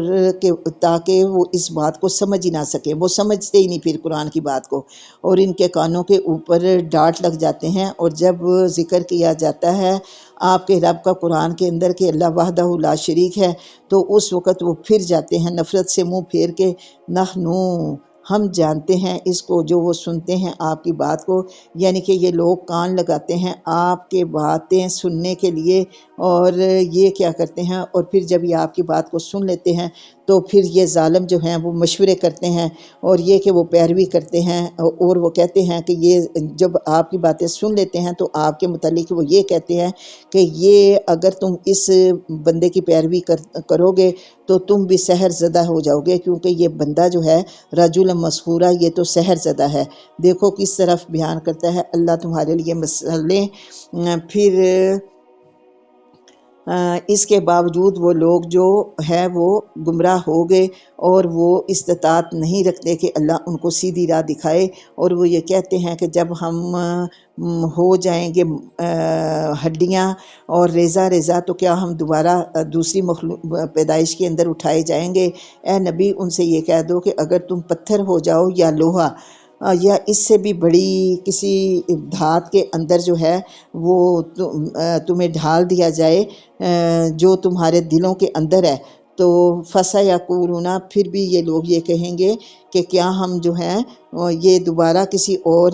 پیدائش کیا ہمیں دوبارہ اللہ زندہ کرے گا؟ تو اے نبی ان سے یہ کہہ دو کہ جس نے تمہیں پہلی مرتبہ جو ہے وہ زندہ کیا تھا نا، وہی اللہ تمہیں دوبارہ زندہ کرے گا۔ تو آپ کی بات سن کے یہ لوگ جو ہیں وہ اپنی آنکھوں کو گھما گھما کے اور سروں کو، جیسے بندہ کوئی بات سن کے اپنے سر کو مٹکاتا ہے نا، تو اسی طرح سے یہ سر کو مٹکاتے ہیں اور یہ پوچھتے ہیں کہ یہ پھر کب ہوگا کہ جب اللہ کا عذاب آئے گا؟ تو اے نبی آپ ان سے کہہ دو کہ ہو سکتا ہے اللہ کا عذاب جو ہے وہ کہیں قریب ہی ہو۔ جس دن وہ تمہیں پکارے گا پھر تم جواب دو گے اس کا حمد کے ساتھ، اور اس وقت تم یعنی کہ یہ قیامت کے دن کا ذکر ہے، اور اس دن تم یہ خیال کرو گے کہ نہیں تم رہے دنیا کے اندر مگر بہت تھوڑا، اور آپ یہ کہہ دو اپنے بندوں کے لیے کہ وہ کہیں اچھی بات، یہ بے شک شیطان وسوسہ ڈالتا ہے، فساد ڈالتا ہے ان کے درمیان، بے شک شیطان جو ہے وہ انسان کا کھلا دشمن ہے۔ تمہارا رب بہتر جانتا ہے تمہیں، اگر چاہے تو رحم کرے تمہارے اوپر اور اگر چاہے تو تمہیں عذاب دے، اور نہیں ہم نے بھیجا آپ کو ان کے اوپر داروغہ بنا کے، اور تیرا رب بہتر جانتا ہے اس کو جو آسمانوں میں ہے اور جو زمینوں میں ہے، اور تحقیق ہم نے فضیلت دی ان بعض نبیوں کو بعض کے اوپر، اور ہم نے دی داؤد علیہ السلام کو زبور۔ اے نبی ان سے کہو کہ پکارو ان لوگوں کو جن کا تم دعویٰ کرتے تھے اللہ کو چھوڑ کے، پھر نہیں وہ اختیار رکھتے کہ وہ دور کر دے تم سے تمہاری کسی تکلیف کو، اور نہ ہی وہ تمہارے حالات کو بدل سکتے ہیں۔ یہی وہ لوگ ہیں جو پکارتے ہیں وہ جن لوگوں کو تم پکارتے ہو نا اپنی مدد کے لیے، وہ تو خود پکارتے ہیں اپنے رب کو وسیلے کے لیے، کہ وہ تو جب وہ زندہ تھے نا، آج تم ان کو پکارتے ہو، تو یہ لوگ تو خود رب کو وسیلہ بناتے ہیں کہ اے میرے رب ہمیں اللہ کا قرب عطا کر دے اور ہمیں اپنی رحمت کا امیدوار، وہ اللہ کی رحمت کے امیدوار تھے اور وہ اللہ کے عذابوں سے ڈرتے تھے۔ بے شک تیرے رب کا عذاب جو ہے وہ ڈرنے کی بات ہے، اور نہیں کوئی بھی بستی ایسی کہ ہم ہلاک کریں اس کو قیامت سے پہلے، یعنی کہ تمام بستیاں جو ہیں وہ قیامت سے پہلے ان کے گناہوں کے سبب ہلاک کر دی جائیں گی، یا ان کو اللہ عذاب دے دے گا، زبردست عذاب، اور ہے یہ اللہ کی کتاب کے اندر لکھا ہوا۔ ہر ایک امت کے بارے میں جو کچھ بھی ہے اللہ نے اس کا انجام کتاب کے اندر لکھ رکھا ہے، اور ہمیں یہ بات منع کرتی ہے معجزہ دکھانے سے کہ ہم بھیجیں کوئی بھی معجزہ، کیونکہ اس سے پہلے لوگوں نے ان معجزات کو جھٹلایا۔ ہم نے دی تھی سمودیوں کو اونٹنی دیکھنے کے لیے، پھر انہوں نے ظلم کیا، اس کے ساتھ انہوں نے بھی تو معجزہ مانگا تھا نا، لیکن معجزہ مانگنے کے بعد انہوں نے معجزے کا انکار کیا۔ اور نہیں ہم بھیجتے اپنی آیات کو، مگر ہم بھیجتے ہیں کس لیے؟ صرف لوگوں کو ڈرانے کے لیے تاکہ وہ ان سے ڈر جائیں۔ اور جب ہم نے کہا آپ سے کہ بے شک تیرا رب گھیرے ہوئے ہے لوگوں کو، اور جو ہم نے دکھایا آپ کو خواب ارینا کا، وہ تو ایک یعنی کہ معراج کی رات آپ صلی اللہ علیہ وآلہ وسلم کو اللہ رب العزت نے ایک درخت دکھایا تھا جو کہ درخت ہے تھور کا، تو یہ بتایا تھا کہ یہ جہنمیوں کی سزا ہے۔ تو یہ پوچھتے یہ کہہ رہے ہیں کہ وہ جو آپ کو دکھایا تھا وہ کیا ہے؟ وہ تو ہم نے دکھایا تھا الا فتنۃ للناس، وہ تو لوگوں کی آزمائش کے لیے ہے۔ اور وہ درخت جو آگ کے اندر اگتا ہے، اس کا ذکر آپ صلی اللہ علیہ وآلہ وسلم نے جب ان لوگوں سے معراج کی رات کے بعد جب آپ صلی اللہ علیہ وآلہ وسلم نے ان کو بتایا نا، تو انہوں نے کہا کہ درخت جو ہے اس کو تو اگر وہ آگ کے اندر ہو تو لکڑی کو آگ جلا دیتی ہے، تو آپ صلی اللہ علیہ وآلہ وسلم کیسے کہتے ہیں کہ جہنم کے بیچ کے اندر اللہ رب العزت نے ایک درخت اگایا ہے، اور وہ درخت جو کہ جہنمیوں کی سزا بنے گا؟ تو اللہ رب العزت فرماتے ہیں تو کہ وہ پھر اگر یہ اللہ کا کام ہے نا، اللہ نخوفہم، اللہ اس سے تمہیں ڈراتا ہے، لیکن تم کیا کرتے ہو کہ بجائے اس سے ڈرنے کے کہ وہ اللہ جس کی اتنی بڑی بڑی نشانیاں یہ اوپر ہم پیچھے پورے اس صورت کے اندر پڑھ کے آئے ہیں، اگر وہ اللہ وہ سارا کچھ کر سکتا ہے تو کیا وہ آگ کے اندر درخت کو نہیں اگا سکتا؟ لیکن تم کیا کرتے ہو؟ تم اپنی سرکشی کے اندر ہی مزید بڑھ جاتے ہو۔ وَإِذْ قُلْنَا لِلْمَلَائِكَةِ اسْجُدُوا لِآدَمَ فَسَجَدُوا إِلَّا إِبْلِيسَ قَالَ أَأَسْجُدُ لِمَنْ خَلَقْتَ طِينًا، اور جب ہم نے کہا فرشتوں سے کہ سجدہ کرو آدم کرو، پھر سب نے سجدہ کیا سوائے ابلیس کے۔ کہنے لگا کہ کیا میں سجدہ کروں اس کو جس کو تو نے مٹی سے بنایا ہے؟ قَالَ، آدم کی طرف اشارہ کر کے کہنے لگا کہ ارأیتک، کیا تو نے دیکھا اس آدم کو؟ یہ ہے جس کو تو نے میرے اوپر عزت دی، اگر تو مجھے ڈھیل دے دے قیامت کے دن تک تو میں اس کی اولاد کو جڑ سے اکھاڑ کے پھینک دوں گا۔ اور آج دیکھ لیں کہ وہ اپنے قول کے اندر اپنے جو اس نے اللہ کے سامنے کھڑے ہو کے دعویٰ کیا تھا، آج وہ اپنے دعوے کے اندر کتنا سچا کہ اس نے ہماری اولادوں کو کیسے اپنے پیچھے لگایا۔ آج جن ہاتھوں کے اندر قرآن ہونا چاہیے تھا ان ہاتھوں کے اندر جو ہے وہ آپ کو موسیقی کے اوزار نظر آتے ہیں۔ اللہ ہماری اولادوں کی اصلاح کر دے، پاک پروردگار اپنی رحمت سے انہیں شیطان کے پنجے سے نکال دے، اللہ ان کے دلوں کے اندر خود ہی اپنی محبت ڈال دے، اللہ پاک انہیں خود ہی پھیر دے، اللہ ہمارے بچوں کی اس شیطان مردود سے جو ہے وہ اللہ خود ہی حفاظت کر دے۔ اللہم انی اعوذ بکا من الشیطان الرجیم، اللہم انی اعوذک بکا وذریتہا من الشیطان الرجیم۔ اللہ ہم اپنی اولادوں کو اللہ تیرے حوالے کرتے ہیں، اللہ اس مردود سے ہماری اولادوں کی، ہماری ہم سب کی، بڑوں چھوٹوں کی اللہ تو خود ہی حفاظت کر لینا اور ہمیں اس شیطان کے چنگل سے بچا لینا۔ اس نے کہا کہ اللہ رب العزت نے فرمایا کہ جا، پس جو کوئی تابعہ داری کرے گا تیری ان میں سے تو وہ جہنم جو ہے اس کا ٹھکانہ ہے، اور اللہ رب العزت جو ہے وہ اس کو اس کا پورا پورا بدلہ دیں گے۔ اور جا تو بہکا دے ان کو جن کی تو استطاعت رکھتا ہے ان میں سے اپنی آواز کے ساتھ، اور دوڑا دے ان کے اوپر اپنے سوار اور ان کے پیادے، اور ان کو شامل کر لے ان کے مالوں کے اندر تو شریک ہو جا، اور ان کی اولادوں کو تو اپنے وعدے دے، اور نہیں ہے شیطان کا وعدہ سوائے دھوکے کے۔ اب یہ دنگا فساد کرنا، موسیقی، بد اخلاقی، گالی گلوچ اور یہ سب کچھ جو ہے یہ شیطان کی آواز ہے، اور بات کے ذریعے بندے کو سیدھی راہ سے یہ اپنے ہٹا دیتا ہے، سنت سے بدعت کی طرف لے آتا ہے، اور حلال جو ہے اس کو بندہ جو ہے حرام کو خود ہی حلال بنا لیتا ہے، خود ہی حلال کو اسی کے کہنے سے جو ہے وہ حرام کر لیتا ہے۔ پھر یہ مال کے اندر شراکت کس طرح کہ اس کے اندر یہ دیکھیں کہ مال تو حلال ہے لیکن اس کو خرچ جو ہے وہ حرام جگہوں کے اوپر کیا جاتا ہے۔ پھر یہ کیسے لوگوں کو سب سے بڑی امید جو اس نے دلائی وہ یہ کہ موت ابھی بڑی دور ہے، تم جو کچھ کرنا چاہتے ہو نہ کر گزرو، بعد میں تم اللہ سے معافی مانگ لینا۔ یہ سب سے بڑا دھوکہ امت محمدیہ کو کہ تم امت محمدیہ کے اندر ہو، لہٰذا تم جو ہے وہ بخشائے ہو۔ تو اگر کوئی میرے نبی کے طریقے کے اوپر نہیں چلتا تو پھر اس کے لیے جو ہے اس کا خالی کلمہ پڑھنا جو ہے وہ اس کو فائدہ نہیں دے گا، اگر وہ اس کے عمل جو ہیں وہ آپ صلی اللہ علیہ وآلہ وسلم کی سنت کے مطابق نہیں ہے۔ اور شیطان نے جتنے بھی وعدے کیے اس کے وعدے تو صرف ایک دھوکہ ہیں۔ اللہ رب العزت نے فرمایا کہ بے شک جو میرے بندے ہیں، اللہ کرے کہ ہم ان بندوں میں شمار ہو جائیں، اللہ نے فرمایا کہ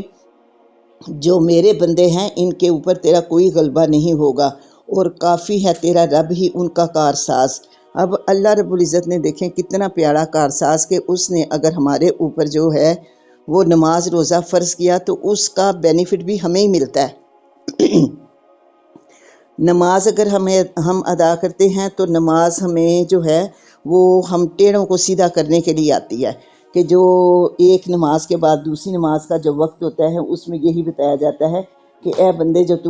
تیرے اندر ٹیڑھا پن آ گیا گناہ کر کر کے، اب یہ دوسری نماز کا وقت آیا، اب تو نے جو اللہ رب العزت سے وعدہ کیا تھا کہ ایاک نعبد و ایاک نستعین، اس وعدے کو یاد کر اور اللہ کے آگے جھک جا۔ اب روزہ ہے تو روزے کے اندر بھی کیا ہے کہ روزہ بندے کے نفس کو کنٹرول کرنے کے لیے اللہ رب العزت نے مقرر کیا کہ اس سے اپنی بھوک کو ضبط کرنے کا طریقہ آتا ہے اور دوسرے لوگوں کی بھوک کا احساس ہوتا ہے۔ اسی طرح زکوٰۃ اگر اللہ رب العزت نے رکھی تو زکوٰۃ سے کیا تھا کہ آپ کے دل سے اللہ مال کی محبت جو ہے اس کو نکالنا چاہتا تھا، تاکہ آپ اپنے صدقات اور مال سے ایک تو اپنے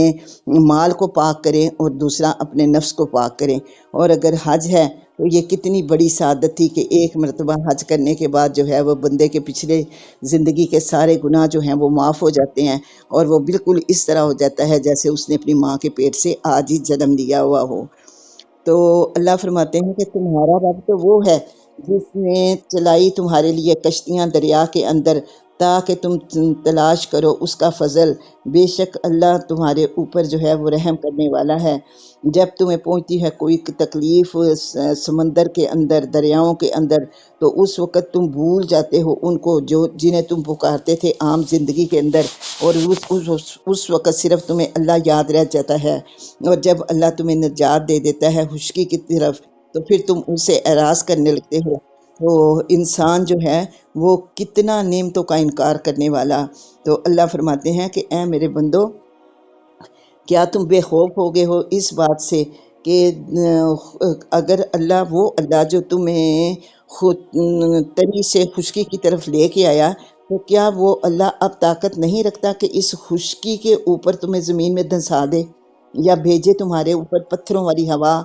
یا پھر تم کیا کرو گے؟ پھر تم اس وقت جب اللہ کا عذاب آ جائے گا تو اس وقت تم اپنے لیے اللہ سے بڑھ کے کوئی کارساز نہیں پاؤ گے، یا تم بے خوف ہو گئے ہو کہ اللہ رب العزت دوبارہ تمہیں اسی دریا میں لے جائے، اسی سمندر کی لہروں کے اندر لے جائے، پھر ان میں ویسے ہی طوفان آئے اور جو ہے وہ تمہیں غرق کر دے تمہارے کفر کے سبب، پھر نہ تم پاؤ گے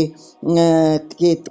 کسی کو بھی جو تمہیں تباہ کرنے پر ہمارا پیچھا کرے۔ یعنی اللہ سے کوئی بھی ایسا نہیں ہے جو تمہارے خلاف اللہ سے بدلہ لے سکے۔ اور ہم نے فضیلت دی بنی آدم کو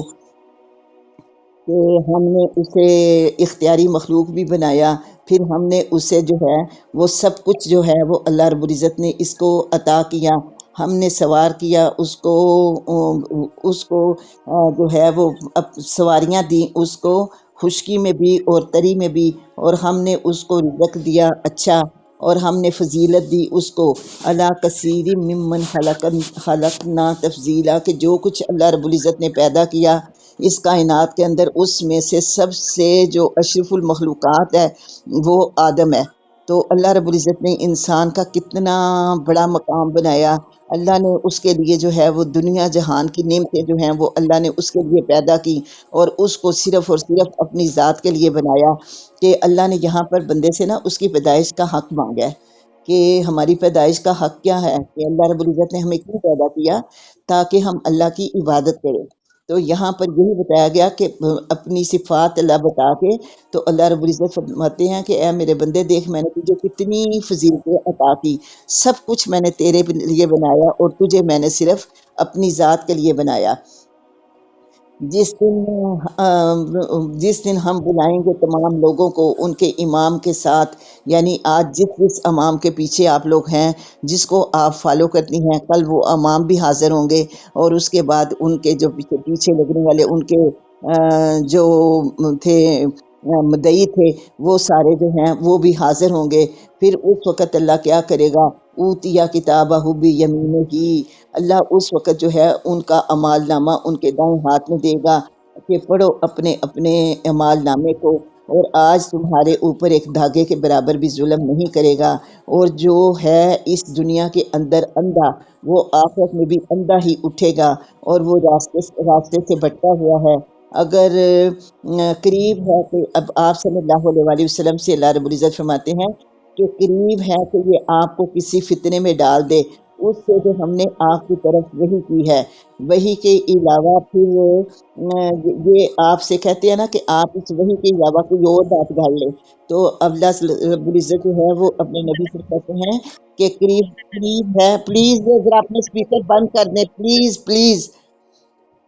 تو اس وقت اللہ کہتے ہیں کہ کاش یہ لوگ جو ہیں یہ قریب ہے کہ آپ کو کسی فتنے میں ڈال دیں اس وحی کے ذریعے، کہ آپ اس وحی کے علاوہ بھی کوئی بات جو ہے اس کو گھڑ لیں۔ اور اس صورت میں آپ صلی اللہ علیہ وسلم جو ہیں وہ اللہ سے بڑھ کے پھر آپ کو کوئی اور دوست جو ہے وہ اس وقت نہیں ملے گا۔ اگر آپ بھی، اللہ رب العزت نے قرآن میں کتنی دفعہ یہ بات آئی کہ اگر اللہ کا نبی جو کہ اللہ کا محبوب نبی ہے، اگر وہ بھی اس وحی کے خلاف قدم اٹھائے گا تو اللہ اس کو شارک سے پکڑ لیں گے۔ وَلَوْلَا أَن ثَبَتْنَاكَ، اور اگر اللہ رب العزت آپ کی مدد نہ کرتا، آپ کو جو ہے وہ ثابت قدم نہ رکھتا، تو قریب تھا کہ آپ جھک جاتے ان کی طرف، بے شک تھوڑا سا ہی۔ اس صورت میں آپ جو ہیں اللہ رب العزت آپ کو زندگی میں بھی دگنی سزا دیتا اور مرنے کے بعد بھی دگنی سزا ہوتی، پھر نہ آپ پاتے اپنے لیے اللہ سے بڑھ کے کسی کو مددگار۔ اور اگر وہ آپ کو اور قریب تھا کہ وہ لوگ آپ کو اکھاڑ پھینکے زمین کے اندر سے تاکہ وہ آپ کو نکال دیں اس میں سے، اور اس صورت میں لا یلبسون خلافک الا قلیلا، تو اس صورت میں وہ بھی جو ہے آپ کے پیچھے اس شہر میں نہ رہتے۔ اب آپ یہ دیکھیں کہ اگر مکے والوں نے آپ صلی اللہ علیہ وسلم کو مکے سے نکالا تو 1.5 سال کے اندر جنگ بدر ہوئی، اور کافروں کے وہ سارے سردار مارے گئے جنہوں نے آپ صلی اللہ علیہ وسلم کو مکے سے نکالا تھا۔ سنت، یہ اللہ کا دستور ہے جو کہ گزر گیا آپ سے پہلے بھی اللہ کے رسول آئے اور ان کے ساتھ بھی یہی معاملہ ہوا کہ اللہ جب وہ جو ہے ان کو جھٹلایا گیا تو پھر اللہ رب العزت اپنے نبیوں کو اور ان کے پیچھے ان کے پیروکار تھے، ان کو تو اللہ نے بچا لیا، اور باقی لوگوں کو جو ہے وہ اللہ نے غرق کر دیا۔ تو یہاں بھی اللہ رب العزت فرماتے ہیں وَلَا تَجِدُ لِسُنَّتِنَا تَحْوِيلًا، اور آپ ہرگز اللہ کی سنت کے اندر تبدیلی نہیں پائیں گے۔ آپ نماز کو قائم کریں اس وقت بھی جس وقت سورج ڈھل جاتا ہے، اور رات کے اندھیرے میں بھی، اور فجر کا قرآن پڑھنا، فجر کو قرآن پاک پڑھیں۔ بے شک قرآن فجر کا پڑھنا مشہود کیا جاتا ہے، یہ وہ حاضر کیا جاتا ہے، یعنی کہ آپ کو پتہ کہ جو ہے وہ صبح کے وقت فرشتوں کی ڈیوٹیاں جو ہیں وہ تبدیل ہوتی ہیں، فجر اور عصر کے وقت جو فجر کے فرشتے ہیں وہ عصر کے وقت واپس جاتے ہیں، اور جو عصر کے وقت آئے ہوئے ہوتے ہیں وہ فجر کے وقت واپس جاتے ہیں۔ تو جانے والے فرشتے اور آنے والے فرشتے، یہ دونوں جو ہیں وہ فجر کی نماز کے اندر جو ہے وہ اللہ کی قرات کو سنتے ہیں، اللہ کے قرآن کو سنتے ہیں۔ تو اس وقت یہ ہوتا ہے کہ آپ کو پتہ کہ جو فجر کی نماز ہے اس کے اندر اذان اور اقامت کے درمیان جو ہے وہ عام نمازوں کا 15 منٹ کا جو ہے وہ گیپ ہوتا ہے، لیکن فجر کی نماز کا آدھے گھنٹے کا گیپ ہوتا ہے، اور فجر کی نماز کی پہلی رکعت جو ہے اس کی قرات جو ہے وہ لمبی ہوتی ہے، اس وجہ سے کیونکہ لوگوں نے سو کے اٹھ کے نماز کے لیے آنا ہوتا ہے، اور اللہ رب العزت جو ہے وہ یہ چاہتے ہیں کہ کسی کی بھی نماز جو ہے وہ اگر وہ ذرا دیر سے بھی اٹھا تو قرأت اتنی لمبی ہو کہ آ کے اس کو رکعت جو ہے وہ مل جائے۔ تو فجر کا قرآن جو ہے وہ جس وقت فرشتے اللہ رب العزت کے پاس جاتے ہیں، اور حالانکہ اللہ جانتا ہے پھر بھی اپنے فرشتوں سے پوچھتا ہے کہ تم نے میرے بندوں کو جو ہے وہ جانے والوں سے بھی پوچھتا ہے کہ تو نے میرے بندوں کو کس حال میں چھوڑا، اور آنے والوں سے بھی پوچھتا ہے کہ میرے بندوں کو تم نے کس حال میں پایا، اور پھر وہ یہ بتاتے ہیں کہ تیرا بندہ جو تھا وہ اللہ تیرے ذکر کے اندر مشغول تھا۔ وَمِنَ اللَّيْلِ فَتَہجد بِہ نافلہ، رات کا کچھ حصہ آپ صلی اللہ علیہ وآلہ وسلم بیدار رہیں اس قرآن کے ساتھ، یہ آپ کے لیے اضافی عبادت ہے۔ ممکن ہے کہ آپ کا رب آپ کو مقام محمود عطا کرے۔ مقام محمود جو ہے یہی مقام شفاعت بھی ہے، اور آپ صلی اللہ علیہ وآلہ وسلم نے فرمایا کہ جو کوئی نماز کے بعد 3 مرتبہ یہ کہتا ہے رضیت باللہ رب و بالاسلام دینا و بمحمد صلی اللہ علیہ وسلم نبیہ، تو اس کے اوپر جو ہے وہ آپ صلی اللہ علیہ وآلہ وسلم کی شفاعت جو ہے وہ لازمی ہو جاتی ہے۔ اور یہ اگلی آیت کے اندر یہ ہے کہ آپ صلی اللہ علیہ وآلہ وسلم نے جس وقت مدینہ ہجرت کا آپ کو حکم ہوا تھا، تو اس وقت اللہ رب العزت نے آپ کو یہ دعا سکھائی کہ اے میرے رب، اے میرے نبی آپ کہہ دیں اے میرے رب، جہاں بھی تو مجھے لے جائے تو وہاں داخل کرے، جس شہر کے اندر بھی، تو اللہ مجھے سچائی کے ساتھ داخل کرنا، اور جہاں سے میں نکالا جاؤں وہاں سے بھی مجھے سچائی کے ساتھ نکالنا، اور میرے لیے بنا دینا اپنے پاس سے غلبہ۔ یہ اور آپ یہ دیکھیں کہ آپ کی دعا قبول ہوئی، اور مدینہ میں جب آپ آئے تو آپ کا استقبال ایک بادشاہ کی طرح ہوا۔ اوس اور خزرج جو ہیں انہوں نے آپ صلی اللہ علیہ وسلم کو حاکم تسلیم کر لیا ہوا تھا، اور آپ صلی اللہ علیہ وآلہ وسلم کو یہ دعا اللہ نے کیوں سیکھا، آپ صلی اللہ علیہ وسلم نے یہ دعا کیوں مانگی کہ غلبہ اور حکومت جو ہے اس اطاعت جو ہے اس کی جاتی ہے جس کے ہاتھ کے اندر کچھ اختیار ہوتا ہے۔ اور مکہ میں آپ صلی اللہ علیہ وآلہ وسلم کی بات زیادہ اس لیے نہیں مانی گئی تھی کہ وہاں پر کفر کی حکومت تھی۔ آپ صلی اللہ علیہ وسلم نے دعا کی کہ اللہ میرا مدینے میں جانا باعث رحمت باعث برکت ہو، یعنی مدینہ میں جس نئے دور کا آغاز ہونے والا تھا، آپ اپنے دین کے غلبے اور اس کے اسباب اور اس کی طاقت اور اس کی قوت، اور یہ جو ہے اس کے لیے آپ دعا اللہ سے مانگ رہے تھے تاکہ دین کا کام کرنا آپ کے لیے آسان ہو جائے۔ اور آپ کہہ دیں کہ آ گیا حق اور مٹ گیا باطل، بے شک باطل مٹنے ہی کے لیے ہے۔ وَنُنَزِّلُ مِنَ الْقُرْآنِ، اور ہم نے نازل کیا وہ جو کچھ ہم اتارتے ہیں نا قرآن کے اندر، جو بھی احکامات ہیں وہ کیا ہے، وہ شفا رحمت ہیں مومنوں کے لیے، اور نہیں جو کافر ہیں وہ کیا کرتے ہیں، وہ ان آیتوں کی قدر نہیں کرتے اور وہ خسارے کے اندر ہی بڑھ جاتے ہیں۔ اور جب ہم نعمتیں بخشتے ہیں کسی انسان کو تو اس وقت وہ ان سے اعراض کرتا ہے اور پہلو بدلتا ہے، اور جب اس کو کوئی پریشانی پہنچتی ہے، کوئی تکلیف پہنچتی ہے، کوئی برائی پہنچتی ہے تو اس وقت وہ مایوس ہو جاتا ہے۔ کل اے میرے نبی ان سے یہ کہہ دو کہ کل یعمل علی شاکلتہ، سب لوگ جو ہیں وہ اپنے اپنے شاکلہ کے مطابق اپنے اپنے رب کو یاد کریں۔ اب شاکلہ کیا ہے کہ ہر بندے کے لیے ماحول، جماعت اور اس کو استطاعت اللہ رب العزت نے ایک جیسی نہیں دی۔ کسی کی جماعت جو ہے وہ آپ دیکھیں اس کا ماحول اس کے لیے سازگار ہے کہ وہ اللہ کو یاد کرے، کسی کی جماعت جو ہے وہ ساری کی ساری جو ہے وہ اللہ کو یاد کرنے والی ہے، اور وہاں پر اس کو بھی اللہ کا ذکر کرنے سے جو ہے وہ کوئی منعیت نہیں ہے۔ اسی طرح کسی کو اللہ رب العزت نے زیادہ عبادت کرنے کی استطاعت دی اور کسی کو اللہ نے کم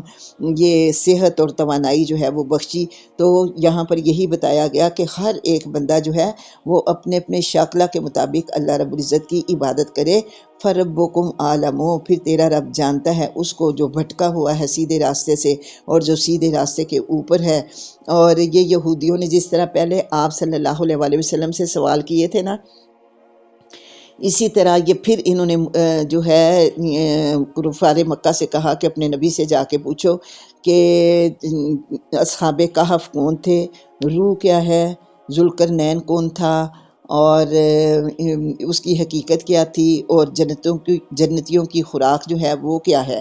تو اللہ رب العزت نے پھر ان کے سوالوں کے جواب اللہ نے اپنے نبی کو قرآن پاک کے اندر بتایا کہ جنتیوں کی جو پہلی خوراک ہوگی وہ مچھلی کی کلیجی ہے، اور دوسرا یہاں پر روح کے بارے میں جو انہوں نے سوال کیا اس کا جواب اللہ رب العزت نے یہاں دیا، اور باقی جو 3 سوال ہیں کہ اصحاب کہف کون تھے اور ذوالقرنین کون تھا، ان کے 2 کے جواب جو ہیں وہ آگے سورۃ کہف کے اندر آئیں گے، اور وہ آپ سے سوال کرتے ہیں روح کے بارے میں، اے میرے نبی آپ کہہ دیں کہ روح تو میرے اللہ کا حکم ہے،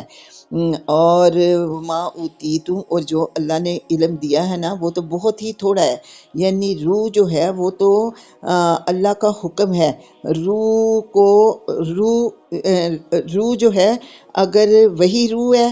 تو وہ بھی اب روح، وہی کو بھی روح کہا جاتا ہے نا، تو اب اگر یہاں پر وہی کا ذکر آئے تو وہ بھی اللہ کی طرف سے اتاری ہوئی وہی ہے، اور اگر یہ روح وہ ہے جو انسان کے جسم کے اندر داخل ہوتی ہے تو وہ بھی روح ہے، تو دونوں جو ہیں وہ اللہ کے حکم سے اترتی ہیں، ان کا آنا جانا جو ہے وہ اللہ کے حکم کے ساتھ ہے۔ کبھی آپ نے کسی مردے کو دیکھا کہ بھئی اس کے اندر یا بچے کے اندر جب روح پھونکی جاتی ہے یا جب نکالی جاتی ہے تو اس کو کوئی وجود آپ کو نظر آتا ہے؟ یہ صرف میرے اللہ کا ایک حکم ہے، اور اگر ہم چاہیں تو لے جائیں اس کو جو وحی کیا آپ کی طرف، پھر نہ تو پائے گا ہمارے لیے ہماری طرف سے اپنے لیے کوئی کارساز، کوئی ایسا نہیں ہوگا جو اس وحی کو جو ہے وہ واپس لے کے آئے۔ اور آپ کو پتا کہ قرب قیامت یہ ہوگا کہ اللہ رب العزت نے فرمایا تھا کہ قرآن جو ہے اس کو اٹھا لیا جائے گا، تو اس وقت پھر کوئی بھی ایسا نہیں ہوگا جو اس کو واپس لے کے آئے۔ اللہ رحمت من ربک کا، مگر یہ تیرے رب کی رحمت ہے اور اس کا فضل ہے جو تیرے اوپر بہت بڑا ہے کہ اللہ پاک نے آپ کے لیے ہدایت کا دروازہ کھولا۔ کل اے نبی کہہ دیں کہ اگر سارے کے سارے جمع ہو جائیں، انسان بھی اور جن بھی، اس بات کے لیے کہ وہ لے آئیں اس قرآن جیسی کوئی کتاب، لا یأتون بمثلہ، تو ہرگز وہ اس جیسا قرآن نہیں لا سکتے، اگر ان میں سے بے شک ان میں سے جو ہے وہ ساری دنیا جو ہے وہ ان کی پشت پناہی کرے، اور وہ سارے مل کے بھی جو اس قرآن کو بنانا، اس جیسا قرآن بنانا چاہیں تو ہرگز جو ہے وہ ایسا نہیں کر سکتے۔ اللہ رب العزت نے قرآن پاک کے اندر 4 مرتبہ ان کو جو ہے وہ ان کو چیلنج کیا کہ اگر لے کے آ سکتے ہو تو لے کے آؤ، اور لیکن ہم پھیر دیتے ہیں لوگوں سے، ہم نے کھول کھول کے بیان کیا لوگوں کے لیے اس قرآن کے اندر تمام مثالوں کو، پھر بھی انکار کیا بہت سے لوگوں نے، مگر کیوں انکار کیا؟ کیونکہ اپنی نفرت کے سبب، اور انہوں نے اس کا کفر کیا اپنی ضد کی وجہ سے، اپنے کفر کی وجہ سے، اور وہ کہتے ہیں کہ ہرگز نہیں ایمان لائیں گے ہم تیرے اوپر یہاں تک کہ تو بہا دے ہمارے لیے زمین کے اندر چشمے، یا ہو تمہارے لیے کوئی باغ کھجوروں کا اور انگوروں کا، اور پھر تو بہائے ان کے درمیان جو ہیں وہ نہریں۔ اچھا، اب اس وقت کیا تھا کہ یہ قریش مکہ جب حضرت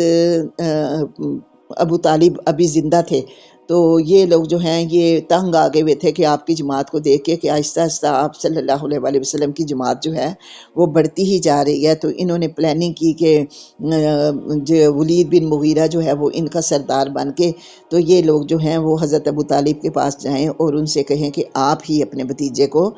اس بات سے روکیں کہ وہ جو یہ ہمارے بتوں کو برا بلا کہہ رہا ہے، اور یہ جو ہمارے بتوں کے خلاف جو ہے وہ اس نے ایک جماعت بنا رکھی ہے، تو آپ اس کو منع کریں اور اسے یہ کہیں کہ اگر اسے مال کی ضرورت ہے تو ہم اس کو مال دینے کے لیے تیار ہیں، اگر یہ کسی خوبصورت عورت کے ساتھ شادی کرنا چاہتا ہے تو وہ بھی اس کے لیے بھی ہم حاضر ہیں، اور اگر اس کے اوپر کوئی جادو یا یہ اسیب وغیرہ ہو گیا ہے تو اس کا علاج کروانے کے لیے بھی ہم جو ہیں وہ تیار ہیں۔ جب انہوں نے یہ ساری باتیں کہیں تو آپ صلی اللہ علیہ وآلہ وسلم نے، جب چچا نے بھی آپ سے یہی بات کی تو انہوں نے کہا کہ آپ لوگوں نے اپنی بات ختم کر لی؟ جب انہوں نے کہا ہاں، تو پھر آپ صلی اللہ علیہ وآلہ وسلم نے فرمایا کہ اگر آپ میرے ہاتھ کے اوپر ایک ہاتھ پہ چاند ایک ہاتھ پہ سورج بھی رکھ دیں تو پھر بھی میں اس کام سے منع نہیں ہوں گا جس کام کی میرے اللہ رب العزت نے میری ڈیوٹی لگائی۔ تو اس وقت آپ کا پھوپھی زاد بھائی تھا جو کہ ہمیشہ آپ کی جو ہے وہ پشت پناہی کیا کرتا تھا، اس وقت وہ بھی اٹھا اور اس نے اٹھ کے کہا کہ یہ لوگ آپ کے سامنے یہ اتنی شرائط رکھ رہے ہیں، اور آپ اگر واقعی اللہ کے سچے نبی ہیں تو آپ ان شرائط کو پورا کیوں نہیں کر دیتے؟ آج سے پہلے میں آپ کی پشت پناہی کرتا تھا، آج میں بھی آپ سے یہی بات کہتا ہوں کہ اگر آپ نے ان کی شرائط جو ہیں ان کو پورا نہ کیا تو آج میں بھی آپ کی نبوت کا انکار کرتا ہوں۔ تو اس وقت انہوں نے یہ بھی شرط رکھی کہ آپ گرا دیں آسمان سے کوئی ٹکڑا جس کا آپ دعویٰ کرتے ہیں ہمارے اوپر، کہ اور یا لے آئے آپ اللہ کو اور فرشتوں کو روبرو، او یکونا، یا آپ کا گھر ہو سونے کا، اور یا آپ چڑھ جائیں آسمان کے اوپر۔ اب اللہ رب العزت ان کی باتوں کی نفی کرتے ہیں اور اللہ رب العزت فرماتے ہیں وَلَن نُؤْمِنَ لِرُقِيِّكَ، یہ اے میرے نبی تیرے چڑھنے کو بھی یہ لوگ جو ہے نا، تیرے آسمان پہ چڑھنے کو بھی یہ لوگ نہیں مانیں گے حتیٰ کہ تو ان کے لیے کوئی ایسی کتاب بھی لے آ جس کو یہ خود بھی پڑھے۔ اس کے باوجود یہ یہی کہیں گے کہ آپ جو ہیں آپ نے لوگوں کی آنکھوں کے اوپر جادو کر دیا ہے۔ کل، اے میرے نبی ان سے کہہ دو کہ پاک ہے تیرا رب، اور نہیں ہے تو سوائے ایک بشر کے جو کہ اللہ کا رسول بھی ہے۔ اور جو بات روکتی ہے ان لوگوں کو ہدایت آنے کے بعد وہ یہ ہے کہ اور کون سی بات ایسی ہے جو ان کو ہدایت آنے کے بعد روکتی ہے کہ وہ لیں آئیں ایمان جب آ گئی ان کے پاس ہدایت، سوائے اس کے کہ وہ یہ کہتے ہیں کہ کیا ایک بندے کو ہی اللہ نے رسول بنا کے بھیجا ہے؟ صرف ایک بات کو لے کے تو آپ کی وحی کا یہ انکار کرتے ہیں۔ اے میرے نبی ان سے کہہ دو لو کان فی الارض ملائکۃ، تم یہ کہتے ہو کہ تمہیں اللہ رب العزت نے ایک فرشتہ کیوں نہیں اتارا؟ تو اگر زمین کے اوپر فرشتوں کی حکومت ہوتی، فرشتے زمین کے اوپر چلتے پھرتے، تو ہم ضرور نازل کر دیتے ان کے اوپر آسمان سے پھر فرشتوں کو ہی رسول بنا کے۔ کل، اے نبی آپ کہہ دو کافی ہے اللہ گواہ میرے اور تمہارے درمیان، بے شک وہ ہے اپنے بندوں کی خبر رکھنے والا اور ان کے حالات کو دیکھنے والا۔ جس سے ہدایت دے اللہ تو ہدایت کا فائدہ اس کی اپنی جان کے لیے ہے، اور جسے اللہ گمراہ کر دے پھر ہرگز نہ وہ پائے گا اپنے لیے اللہ سے بڑھ کے کسی کو دوست اور نہ کارساز۔ اور ہم جمع کریں گے ان کو قیامت کے دن ان کے چہروں کے بل، استغفر اللہ استغفر اللہ، یہ کچھ چہرے جو ہیں یہ اوندے منہ گھسٹتے ہوئے آئیں گے، کچھ اندھے ہوں گے، کچھ گونگے ہوں گے، کچھ بہرے ہوں گے، اور ان لوگوں کا ٹھکانہ جو ہے وہ جہنم ہوگا۔ جب کبھی ان کی جو جہنم کی آگ ہے وہ بجھنے لگے گی تو اللہ اس کو مزید بھڑکا دیں گے۔ اللہم اعذنا منہم، ذالک جزاہم، یہ بدلہ ہوگا ان کا بھی اس وجہ سے کہ انہوں نے کفر کیا ہماری آیات کا، اور وہ کہتے ہیں کہ جب ہم ہو جائیں گے ہڈیاں اور ریزہ ریزہ تو کیا ہم دوبارہ نئی پیدائش کے اندر اٹھائے جائیں گے؟ اولم یرو، کیا وہ نہیں دیکھتے کہ اللہ ہی ہے جس نے پیدا کیا آسمانوں کو زمینوں کو، اور قدرت رکھتا ہے وہ اس بات کے اوپر کہ وہ اسی جیسا اور بھی پیدا کر دے، اور وہ بناتے ہیں ان کے لیے، اور اللہ رب العزت نے ان کے لیے ایک وقت مقرر کر رکھا ہے، انہیں ایک وقت تک ڈیل دی ہے کہ جس دن کے آنے کے اندر کوئی شک نہیں ہے وہ قیامت کا دن آئے گا، اس دن پھر اللہ رب العزت ان کو ان کے اعمال کا پورا بدلہ دے گا۔ لیکن یہ ظالم جو ہیں یہ صرف کیا کرتے ہیں کہ یہ پھر بھی ایمان نہیں لاتے اور کفر کرتے ہیں۔ کل، اے میرے نبی آپ ان سے یہ کہہ دو اگر تمہارے پاس اللہ کی رحمت کے خزانے ہیں، اگر ہوتے تمہارے پاس اللہ کی رحمت کے خزانے تو تم خرچ کرنے کے ڈر سے ان کو خرچ نہ کرتے کہ کہیں یہ خزانے خرچ ہی نہ ہو جائیں۔ اور انسان جو ہے یہ تو بڑا تھوڑ دلا اور کنجوس ہے۔ اور آپ یہ دیکھیں کہ اس وقت بھی ہے کہ بہت سے لوگ جو ہیں اللہ خالق اور مخلوق کا فرق بتا رہا ہے کہ بندہ باتیں کتنی بڑی بڑی کرتا ہے اور ہاتھ میں کچھ بھی نہیں، اس کے اوپر بھی بخیل ہے کہ ہاتھ میں کچھ نہیں ہے لیکن پھر بھی اللہ کو نہیں مانتا۔ اور اللہ رب العزت نے سب کچھ ہمیں دیا، رزق دیا، علم دیا، اولاد دی، مال دیا، لیکن جو ہے وہ بندہ پھر بھی اس رزق کو جو ہے اس کے دل کے اندر مال کی طمع اتنی زیادہ ہے کہ وہ اس کو اللہ کی راہ کے اندر خرچ نہیں کرتا کہ کہیں ایسا نہ ہو جائے یہ رزق جو ہے یہ کم ہو جائے۔ اور تحقیق ہم نے دی موسیٰ کو روشن نشانیاں۔ پھر اس زمانے کا حال پوچھو بنی اسرائیل سے، جب آیا تھا ان کے پاس، جب آئیں ان کے پاس یہ نشانیاں، پھر کہا اس کو فرعون نے کہ بے شک میں گمان کرتا ہوں تجھے کہ تیرے بارے میں کہ اے موسیٰ تو سحر زدہ ہے۔ کہا موسیٰ علیہ السلام نے تو نے جان لیا کہ ان نشانیوں کو نازل کیا ہے میرے رب نے، اور وہ رب جو ہے وہ آسمان اور زمین کا رب ہے، اور یہ دلائل اور یہ جو معجزات ہیں، یہ بصیرت کی باتیں جو ہیں، ان کو اتارنا جو ہے وہ صرف اللہ رب العزت کے ہاتھ کے اندر ہے، اور بے شک میں گمان کرتا ہوں تیرے بارے میں اے فرعون کہ تو ہلاک ہونے والا ہے۔ فَأَرَادَ، پھر اس نے ارادہ کیا کہ وہ بھٹکا دے ان کو زمین کے اندر سے،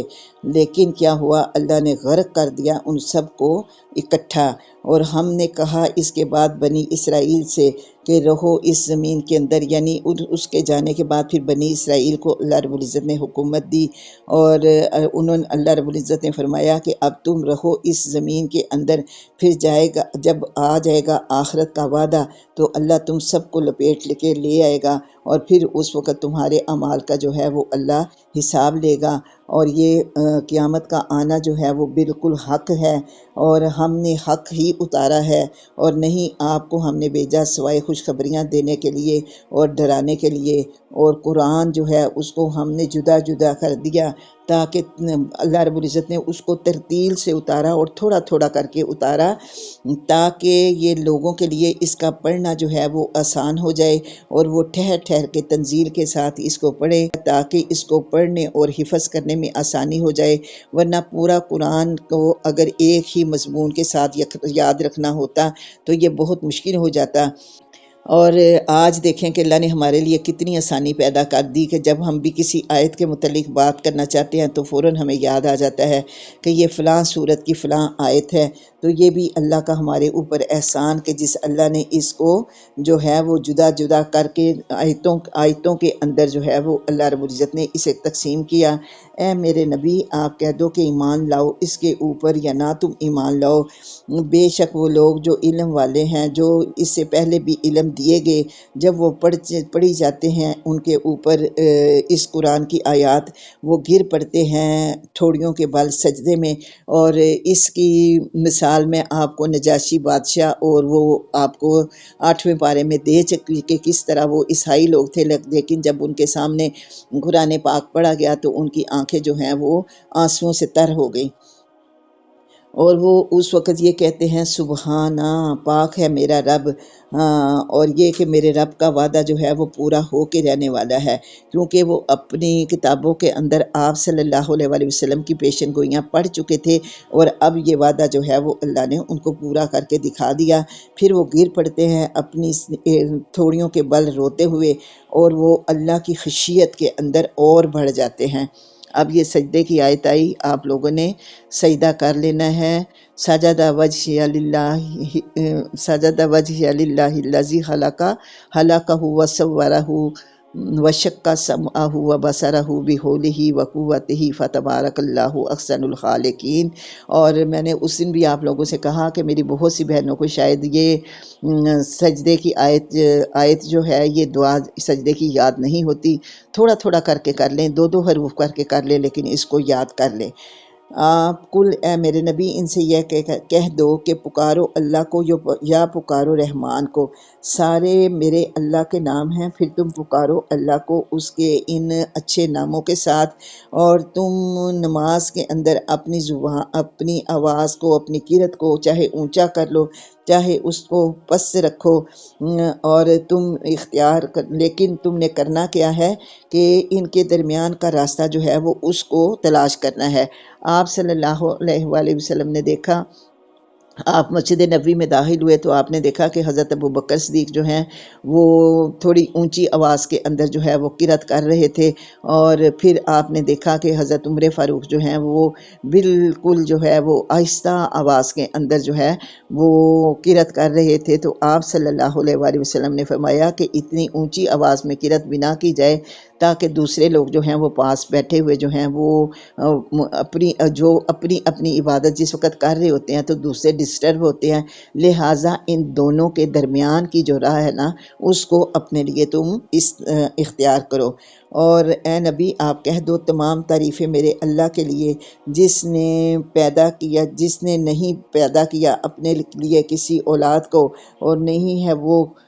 شریک کسی کی، اس نے نہ کسی کو اپنی بادشاہت کے اندر شریک کیا، نہ اس کی کوئی اولاد ہے، اور نہ ہی اس نے کسی کو اپنی بادشاہت کے اندر شریک کیا، اور نہ ہی اس کا کوئی دوست ہے اس کی کمزوری کے سبب۔ کیونکہ ہم دوستیاں بناتے ہیں نا تو صرف اس لیے بناتے ہیں کہ جب ہمارے اوپر کمزور لمحات آئیں تو یہ لوگ جو ہیں وہ ہماری مدد کریں، لیکن اللہ رب العزت کے پاس، اللہ کو چونکہ ایسی کوئی بھی اللہ کی ذات کے اندر کمی نہیں تھی، اللہ کیا ہے وہ تو سب سے بڑا اور سب بڑوں سے بڑا ہے۔ عبداللہ بن مسعود جو ہیں جب بچہ بولنے لگتا تھا تو آپ سب سے پہلے بچے کو یہ والی آیت جو ہے وہ سکھاتے تھے، وَقُلِ الْحَمْدُ لِلَّهِ الَّذِي لَمْ يَتَّخِذْ وَلَدًا وَلَمْ يَكُنْ لَهُ شَرِيكٌ فِي الْمُلْكِ وَلَمْ يَكُنْ لَهُ وَلِيٌّ مِّنَ الذُّلِّ وَكَبِّرْهُ تَكْبِيرًا۔ اس آیت کو آیت عزہ بھی کہا جاتا ہے۔ بیماری یا تنگ دستی یا عزت کی بحالی کے لیے اگر آپ چاہیں تو اس آیت کی تلاوت کر سکتے ہیں۔